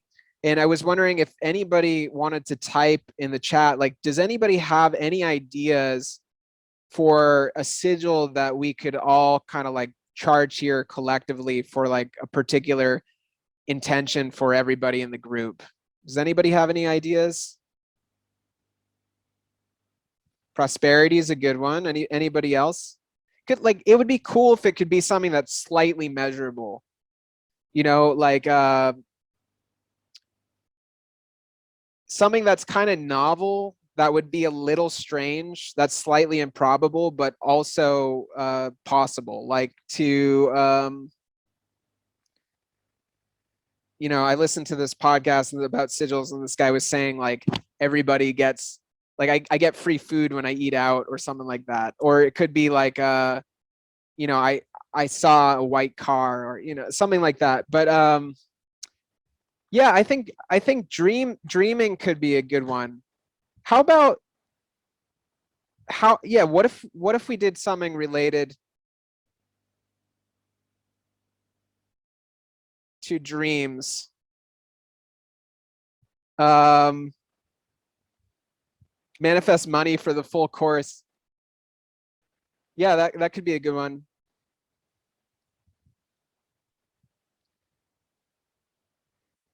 let's do something about lucid dreaming, like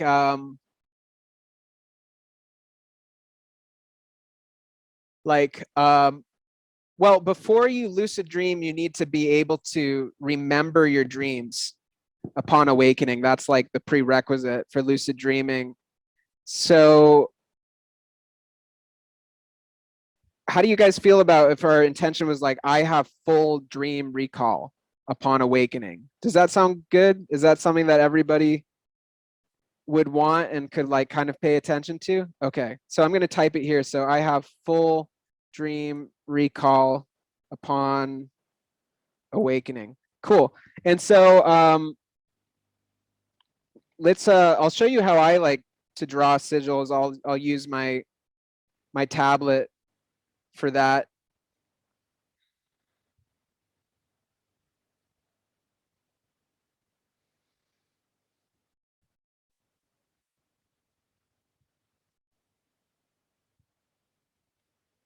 So can you all see, I have like Photoshop open right now. Can you see it?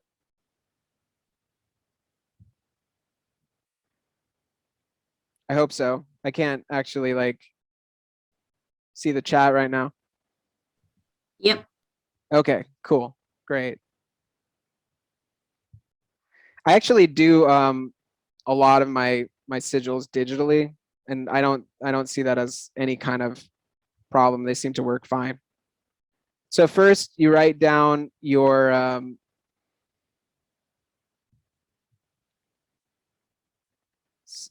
statement of intent. So like I have full dream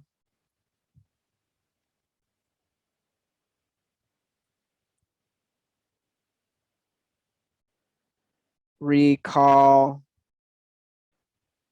upon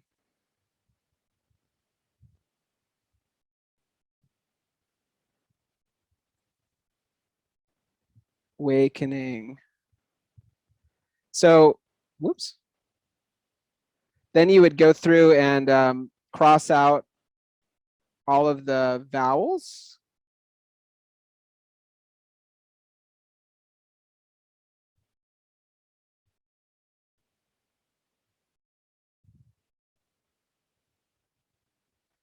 And then you're gonna be left with these letters, and you're going to disregard the repeating letters.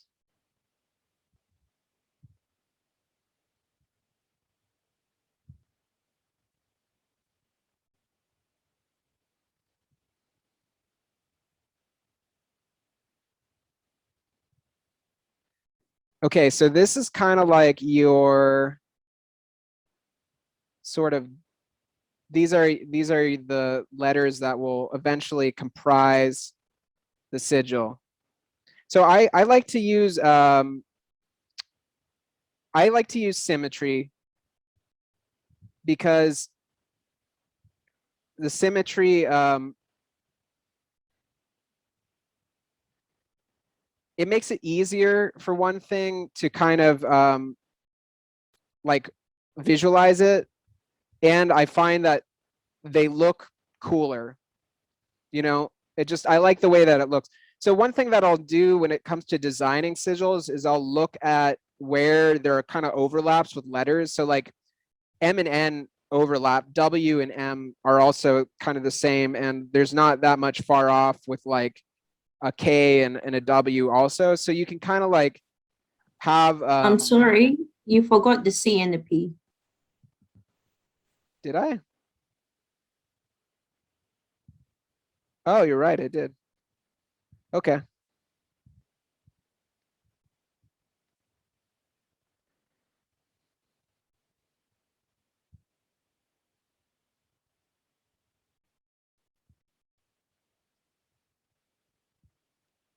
Okay. Thank you. So then I just kind of start sort of like you know, like doodling around and sketching and finding something that looks sort of like cool and interesting. And I actually don't really try so hard to make things fully conform to the letters. Like this kind of looks like a P, and it's also an H, and it's also an M, and it's also an N, and it's also an F. You know what I mean? So I kind of like to just sort of see where the different letters can kind of like overlap in the designs, and I make it, fairly abstract, actually.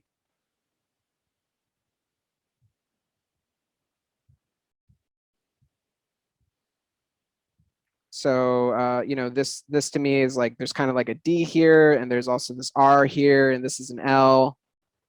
There's an M, and a W, and let's just like put this line through the middle, and there's kind of like a K there, and this sort of looks like a G. I kind of like to make it look sort of magical and glyphy and kind of more arcane.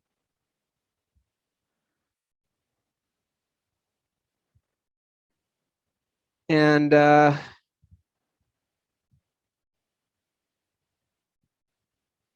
see, is this a nice tool?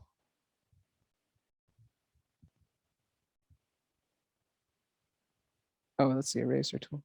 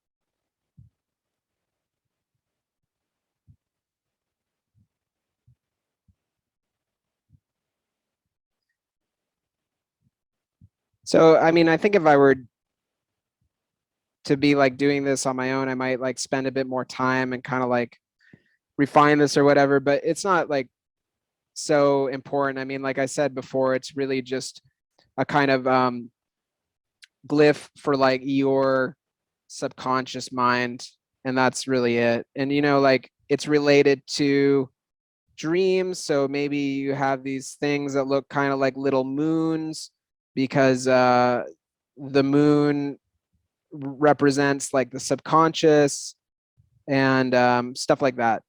So you can kind of like incorporate elements into the sigil that sort of reflect your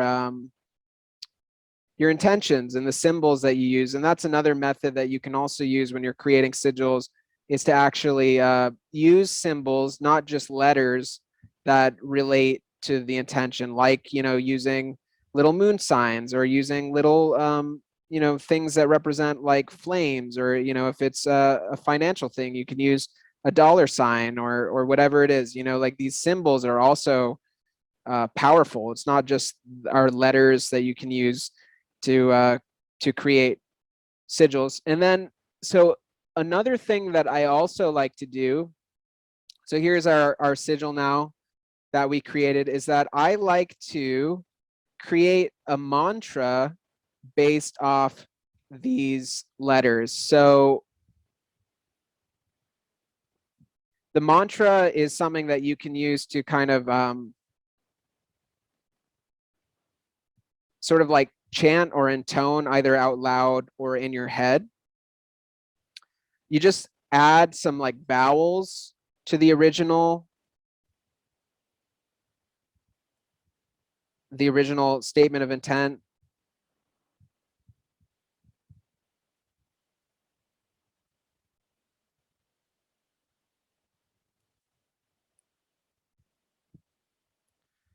And there's no like right or wrong. It's just you want to create something that you can kind of like memorize, I suppose.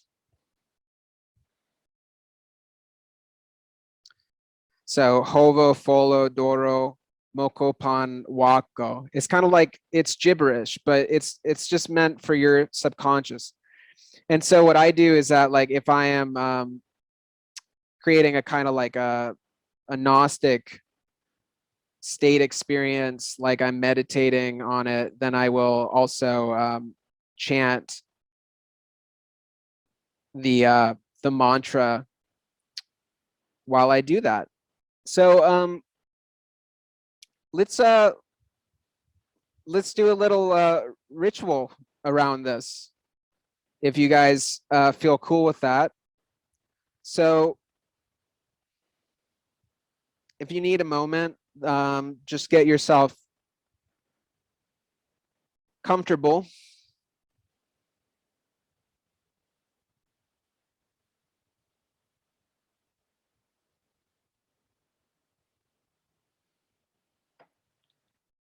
And we don't really need to do a full-on banishing ritual. I don't think we really have time for that. But I would like you to, let's begin by everybody closing their eyes and begin to sort of notice your breath. Noticing your breath as you inhale, as you exhale. And noticing the earth supporting you in this moment. Feeling yourself supported against your chair, against your bed, wherever you might be right now.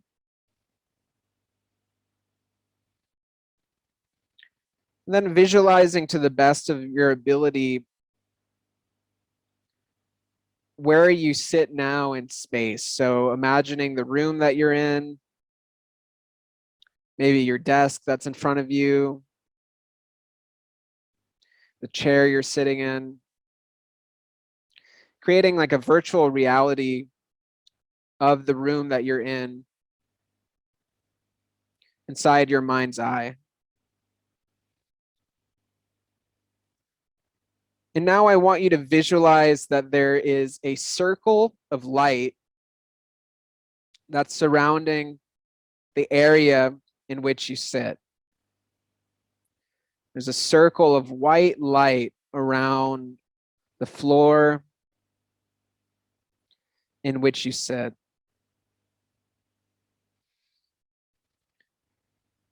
And as you inhale, you're bringing in more light. And as you exhale, I want you to visualize the circle of light now expanding to a sphere that fully surrounds you. It's a razor sharp, ultra thin sphere of light that's stronger than steel. It's brighter than the sun. And within this sphere, you're totally cleansed. You're totally impervious to all negative influences. You're fully protected. And I want you to just sit and visualize the sphere of light. And as you're inhaling, you're imagining more light running through you. And as you exhale, you're imagining this light, the sphere growing brighter and brighter. And now as you inhale and when you exhale, I want you to visualize bands of light rushing through and wrapping around your body.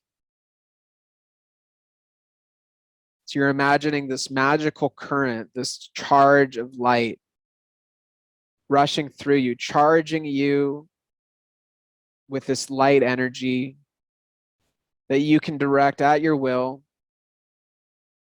for this purpose here, right now.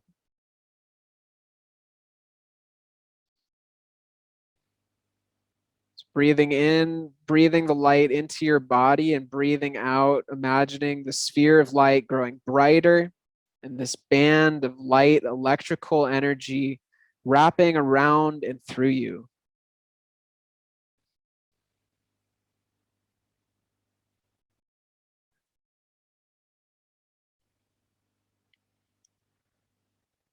And so I declare our intention to do magic here to effect change for the benefit of all present in this group ritual, to charge the sigil here and now so that we might begin to have deeper dream recall, to be aided and assisted in our journey towards lucid dreaming.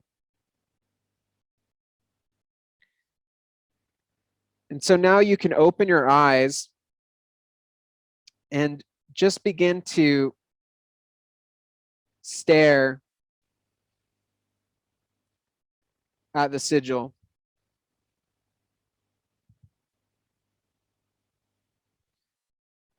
And while you're staring at the sigil, I want you to begin to reciting this mantra in your head on a loop. Hovo folo doro mokopan wako. Hovo folo doro mokopan wako. Hovo folo doro mokopan wako. Begin reciting this mantra over and over in your mind. Hovo folo doro mokopan wako. And now I'm going to set a meditation timer for 5 minutes. And what I'd like you to do is attempt to close your eyes and visualize this symbol vividly in your mind's eye. And if you get lost, if you find you forget certain aspects of the symbol, that's okay. You can open your eyes and refresh your memory, bring it back to the light of your consciousness, but to try to bring yourself back again and again to visualizing the symbol. And if it's possible for you, if you feel like you have a strong enough and clear enough impression of the sigil in your mind's eye, I want you to also begin to recite the mantra in your mind's eye at the same time. If you can't do that, that's okay. If that's beyond where you are in this moment, that's fine. There's no shame in that. But just to try to focus fully and concentrate for these 5 minutes on nothing else than this sigil. Imagine that you're pooling all this electric light energy that you just conjured in this opening, banishing and consecration, the energy that we just raised in the visualization and directing it at the sigil.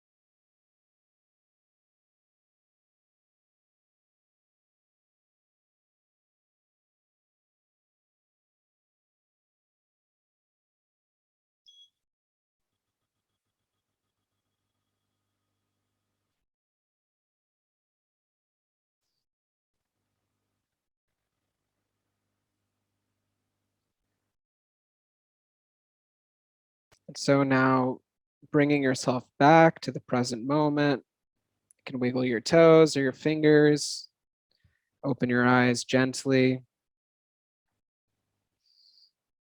And again, visualizing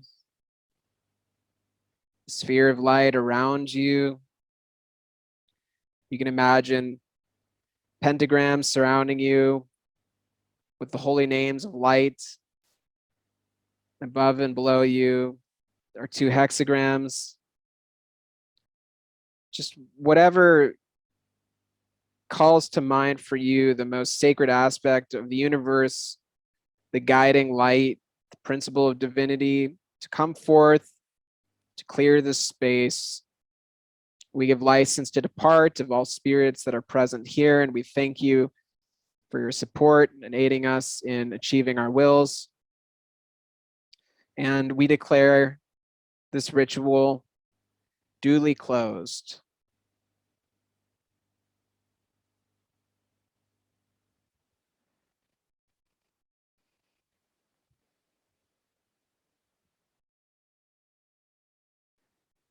All right. So that was rad. Thanks for participating in that very, very abbreviated group ritual. I mean, ordinarily you would do that for much longer, maybe like 20, 30 minutes, but you can still get some good mileage out of a short little charging like that. And you can see the whole process only took like, I don't know, 10 or 15 minutes to do, including creating the sigil. So before we conclude today, I wanted to see if anybody had any like final questions about the Sigil Magick process. Then I'd like to talk a little bit about this upcoming course and see if anybody has any questions about that as well. So if you want to raise your hand, or you can just unmute yourself and go for it if anybody has any questions.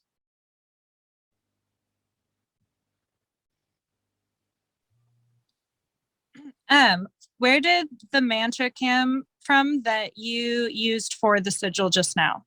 So you take the sentence. Mhm. So you take the vowels out of the original sentence and the repeating letters until you're left with that random stream of words. And then you just kind of like use that to fabricate some kind of mantra by adding your own vowels in it wherever you want. And just it doesn't have to, it's just something that sounds good to you. But I like it. I find that it's useful to, it seems to add more kind of juice to the ritual to also repeat the mantra as well as to visualize it, like maybe works on different parts of the brain or something like that. It's also like, if you wanted to check out Libernal, like this book, which you can find pretty easily as a PDF online if you really wanted to. There's like, it's only like 3 pages, but there's a really, really thorough instruction on sigils in there. And he also goes into creating the mantras for the use of the sigils as well. Awesome. Thanks. Sure. Arthur, you wanted to ask a question as well? Yeah, I was just wondering, besides Libernal and Psychonaut, do you have any other recommended readings or books on sigils? I mean, there are a lot of books about sigils, but that one, it's kind of like the primary text. There's Ray Sherwin's Book of Results, I think it's called, which was like a 1970s Sigil Magick text that was really influential. There's also Condensed Chaos by Phil Hine. And there's a lot of modern day sigil books as well that I've not read personally. Chaos Protocols by Gordon White is more recent, and it goes really in depth. And Gordon White also has like a Sigil Magick course on his website that's pretty good that you might want to check out. But I mean, really, like Libernal is where it's at. If you're really, really curious, you could read the Book of Pleasure by Austin Osman Spare, in which he first wrote about his alphabet of desire and his ideas around it. but it's very kind of like mythic poetic. It's not really meant to be a technical book. It's like, it's, you know, poetic prose, and it should be more considered a work of art than it is an official kind of like magical text. Thank you. Sure. Does anybody else have any other questions about Sigil Magick before we change the subject?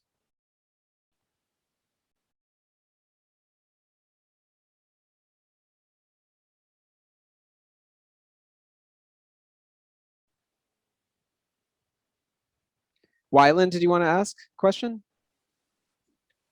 Yeah, can you hear me? Yeah. If it's like you'd said not to like involve other people, and I'm like,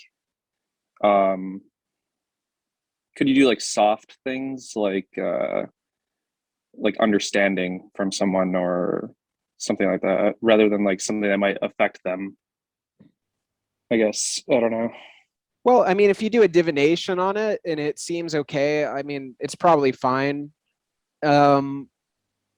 You're always better off sort of sigilizing for things that affect you more personally. So like if you want understanding from somebody, you might be better off creating a sigil for feeling resolution within yourself in regards, or at peace with the circumstance. And that's something that is like affecting you rather than willing understanding, because it simply just might not be that person's karma or that person's will to understand you, you know, and that might just be something that you kind of have to sort of accept, you know. Right, and right.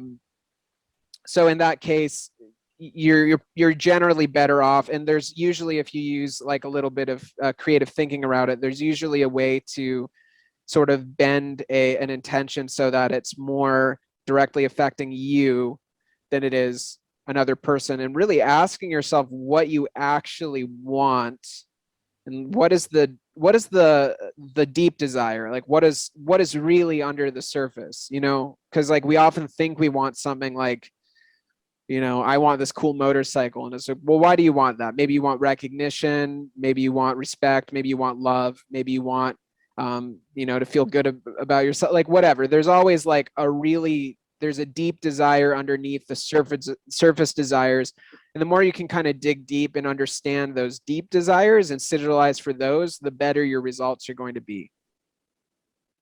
Gotcha. Thanks. Yeah, sure.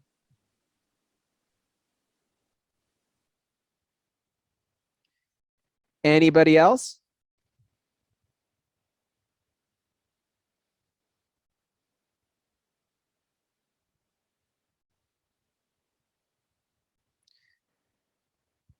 Okay. Well, I mean, firstly, I just want to thank all you guys. This has been like super cool and super fun, and I hope that it's been informative and helpful for you. I got to go like fairly soon, but I just wanted to talk a little bit about this like 12-week course that I have coming up.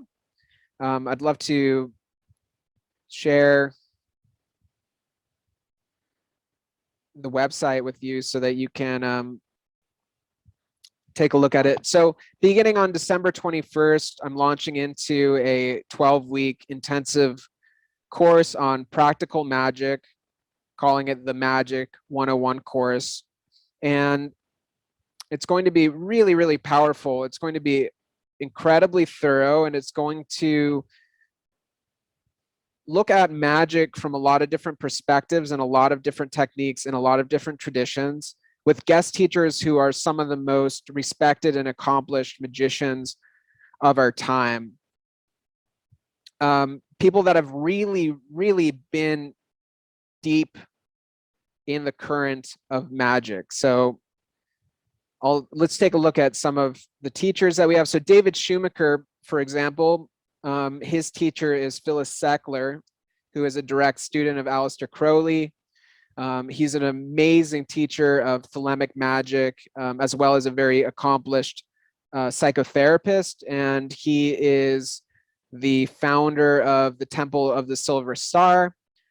He is one of the highest ranking members of the AA, which is Aleister Crowley's thelemic magical order that exists in the world. And this takes essentially a lifetime of practice to achieve. He also has the Living Thelema podcast, and he's simply one of the best teachers of magic in the world in terms of being able to clearly elucidate really complex subjects. And so I'm really, really, really excited that he'll be teaching on the course, and he's going to be teaching about Kabbalah and invocation and banishing rituals. And I'm really excited to learn from him and to hear about his perspectives on Kabbalah.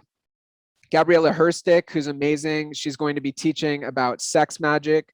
She is a very prolific author of modern day witchcraft.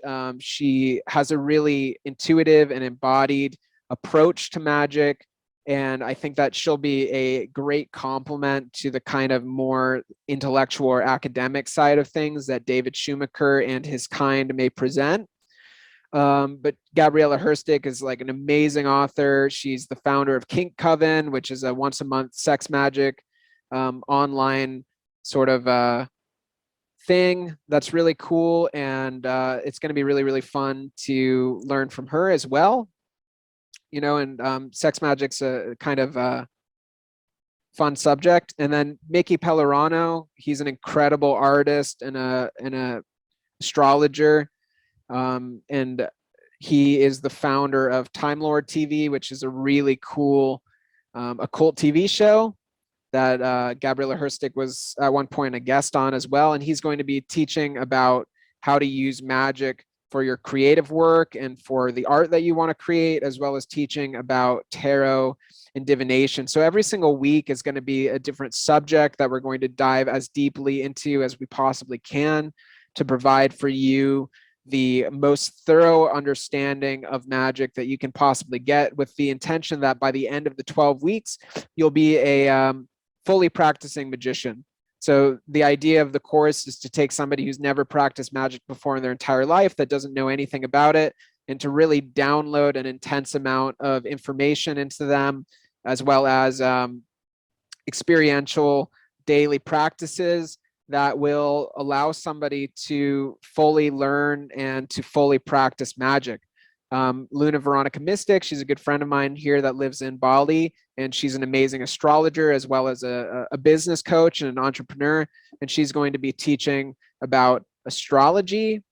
My friend Daniel Sitaram, who I've known for a very long time, he's the founder of TAM Integration, and he professionally does integration coaching for psychedelic experiences and works with people who are like, you know, high level organizers in the tech industry in Silicon Valley who are trying to like integrate and come to terms with their ayahuasca experiences and things like that.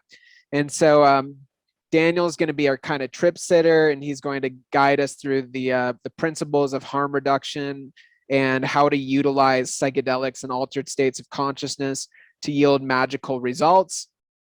Carl Abrahamson is an amazing scholar of magic and occultism, and he's one of the founders of the Temple of Psychic Youth and really long-term friends and collaborators with Genesis P.O. as well as a lot of other legendary magicians. Carl Abrahamson also was friends with Anton LaVey, the founder of the Church of Satan, which, like, whether you like him or not, is kind of cool, considering that he's definitely a legendary magician. And he's an incredible scholar on magic and occultism, and he's going to be teaching us about the history of occultism and a culture, which is how occultism and hidden ideas interact with our general culture in the form of literature, cinema, music, and art. He's also a filmmaker, and his documentaries are really awesome. I recommend checking it out, and he's published many books. Dane Thomas, the founder of the Spiral Technique, he's generally like a business coach, and he works with he teaches millionaires ritual magic and makes music and art that changes reality. So Dane Thomas is going to be teaching us about how to utilize ritual magic towards our businesses and towards our financial lives, and teaching us about money magic. And we're going to have more guest teachers than the ones that are listed here. Mark Stavish is also a remarkable scholar and teacher of Hermeticism, the author of many, many books, but he's going to be teaching us about lucid dreaming and astral projection. My friend Dara Mason just confirmed for the course, but I haven't had time to put him up on the website yet. But Dara Mason is the inventor of the Sigil engine. He's going to be teaching about the intersection of magic and technology and kind of a 21st century state-of-the-art techniques on utilizing all of the kinds of really postmodern contemporary techniques in magic and chaos magic for our practice. So it's going to be really amazing. We're going to go through a lot of different subjects over the course. It's really jam-packed, and it's going to be absolutely awesome. It's going to be really community oriented, and I'm going to construct a community group for everybody to support each other along the journey, and it's going to be amazing. And also, because you participated in this online workshop, I'm going to have a special link, which I'm going to email out to all of you. That is a 10% discount to register for the course. And I'm really excited for everyone that's here that's already signed up. And I hope if you haven't signed up yet, that you will choose to join us on this amazing journey. And that's about all I have to say about that. If anybody has any final words or like questions about either Sigil Magick or the course before we conclude, now's the time, because I got to run soon. But it's been really amazing to spend time with all of you and to be able to nerd out on one of my favorite subjects. And thanks for your attention and your time. This is definitely one of the weirder ways that you can spend your Tuesday evening. So I really, really appreciate it. Tom, you wanted to ask a question? Yeah, I got a couple questions. Sure. So first, I want to say thank you for hosting this. This has been a very magical experience, and you're right, a very fun way to spend a Tuesday. So my first one is tonight's recording and the sigil we made being emailed to us? Sure. Yeah, I could email it as like a JPEG. I don't see why not. But the recording is definitely going to be emailed out to everybody that was here. There's a lot of people, it seems, that couldn't attend as well. So everybody's going to get a copy of the recording. Okay, cool. My other question is there a payment plan option for the Magic 101 course? Because I'm kind of balancing academic life with magic life at the same time, and it's pretty expensive. Yeah, I understand. You can send me an email. It's info@jakekobrin.com, and just like, let's talk about your circumstances. I can be accommodating, and we can find something that can work for you. I don't see why not. And that was info@jakekobrin.com? Yeah, I put it in the Oh, perfect. Also, you could just respond to the email that you got for this Zoom link. It's from the same email address.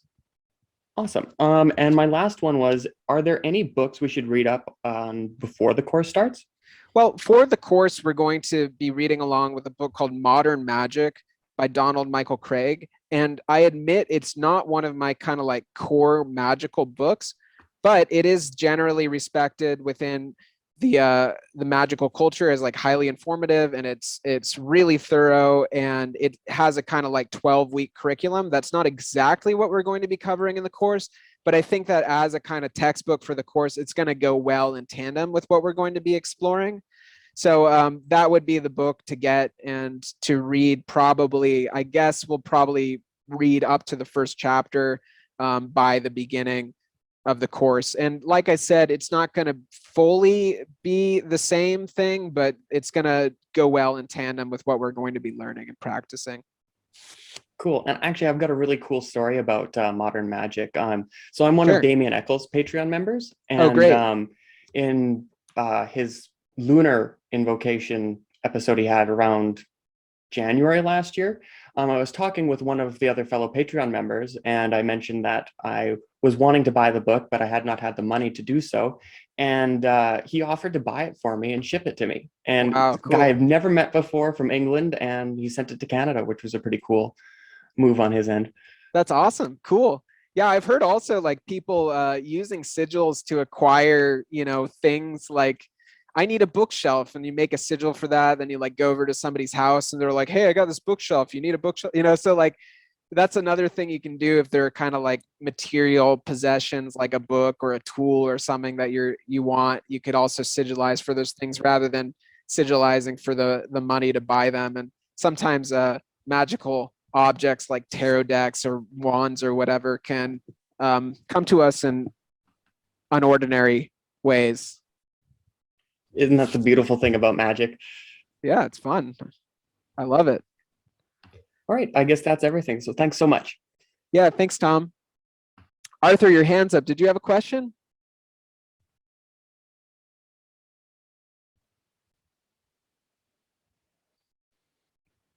Maybe not. Anybody else have any other questions before we conclude today?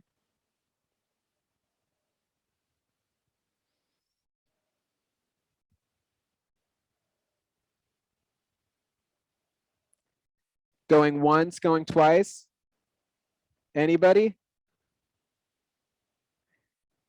All right, well, I mean, you know, if you do have a question, you just are too shy to ask, you can always just send me an email and I'm happy to answer any questions about Sigil Magick or about the course or whatever, just magic in general, as far as I'm able to answer.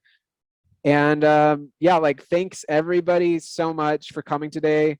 I'm so honored and I feel so privileged that this was so well attended. And it's so awesome that people are so interested in this. And I hope you do it, you know, like what Grant Morrison says, he's like just do it. The magic fucking works, you know.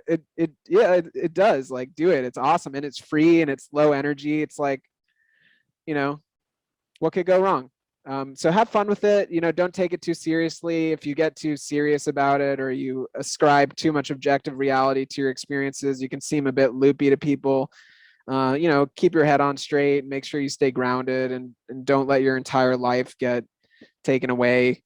You know, make sure you have activities and friendships and things like that relate, you know, outside of purely just like magic and occult stuff. But I say like go for it, like dive into it and be experimental and playful, and it's your magic, so see what works for you. And there's no other authority over your own self in regards to like what your practice should look like and what techniques are going to work for you, even if it's something you've never heard of anybody else doing or something that works for you but people say it's wrong. Like, you know, this is chaos magic, so just go for it. And I wish you all an amazing rest of your evening, and I hope to see you all very soon in the 12-week course. And I will be sending out that link tonight for the discount, and I would love to have you on that journey. So much love, everybody, and be well.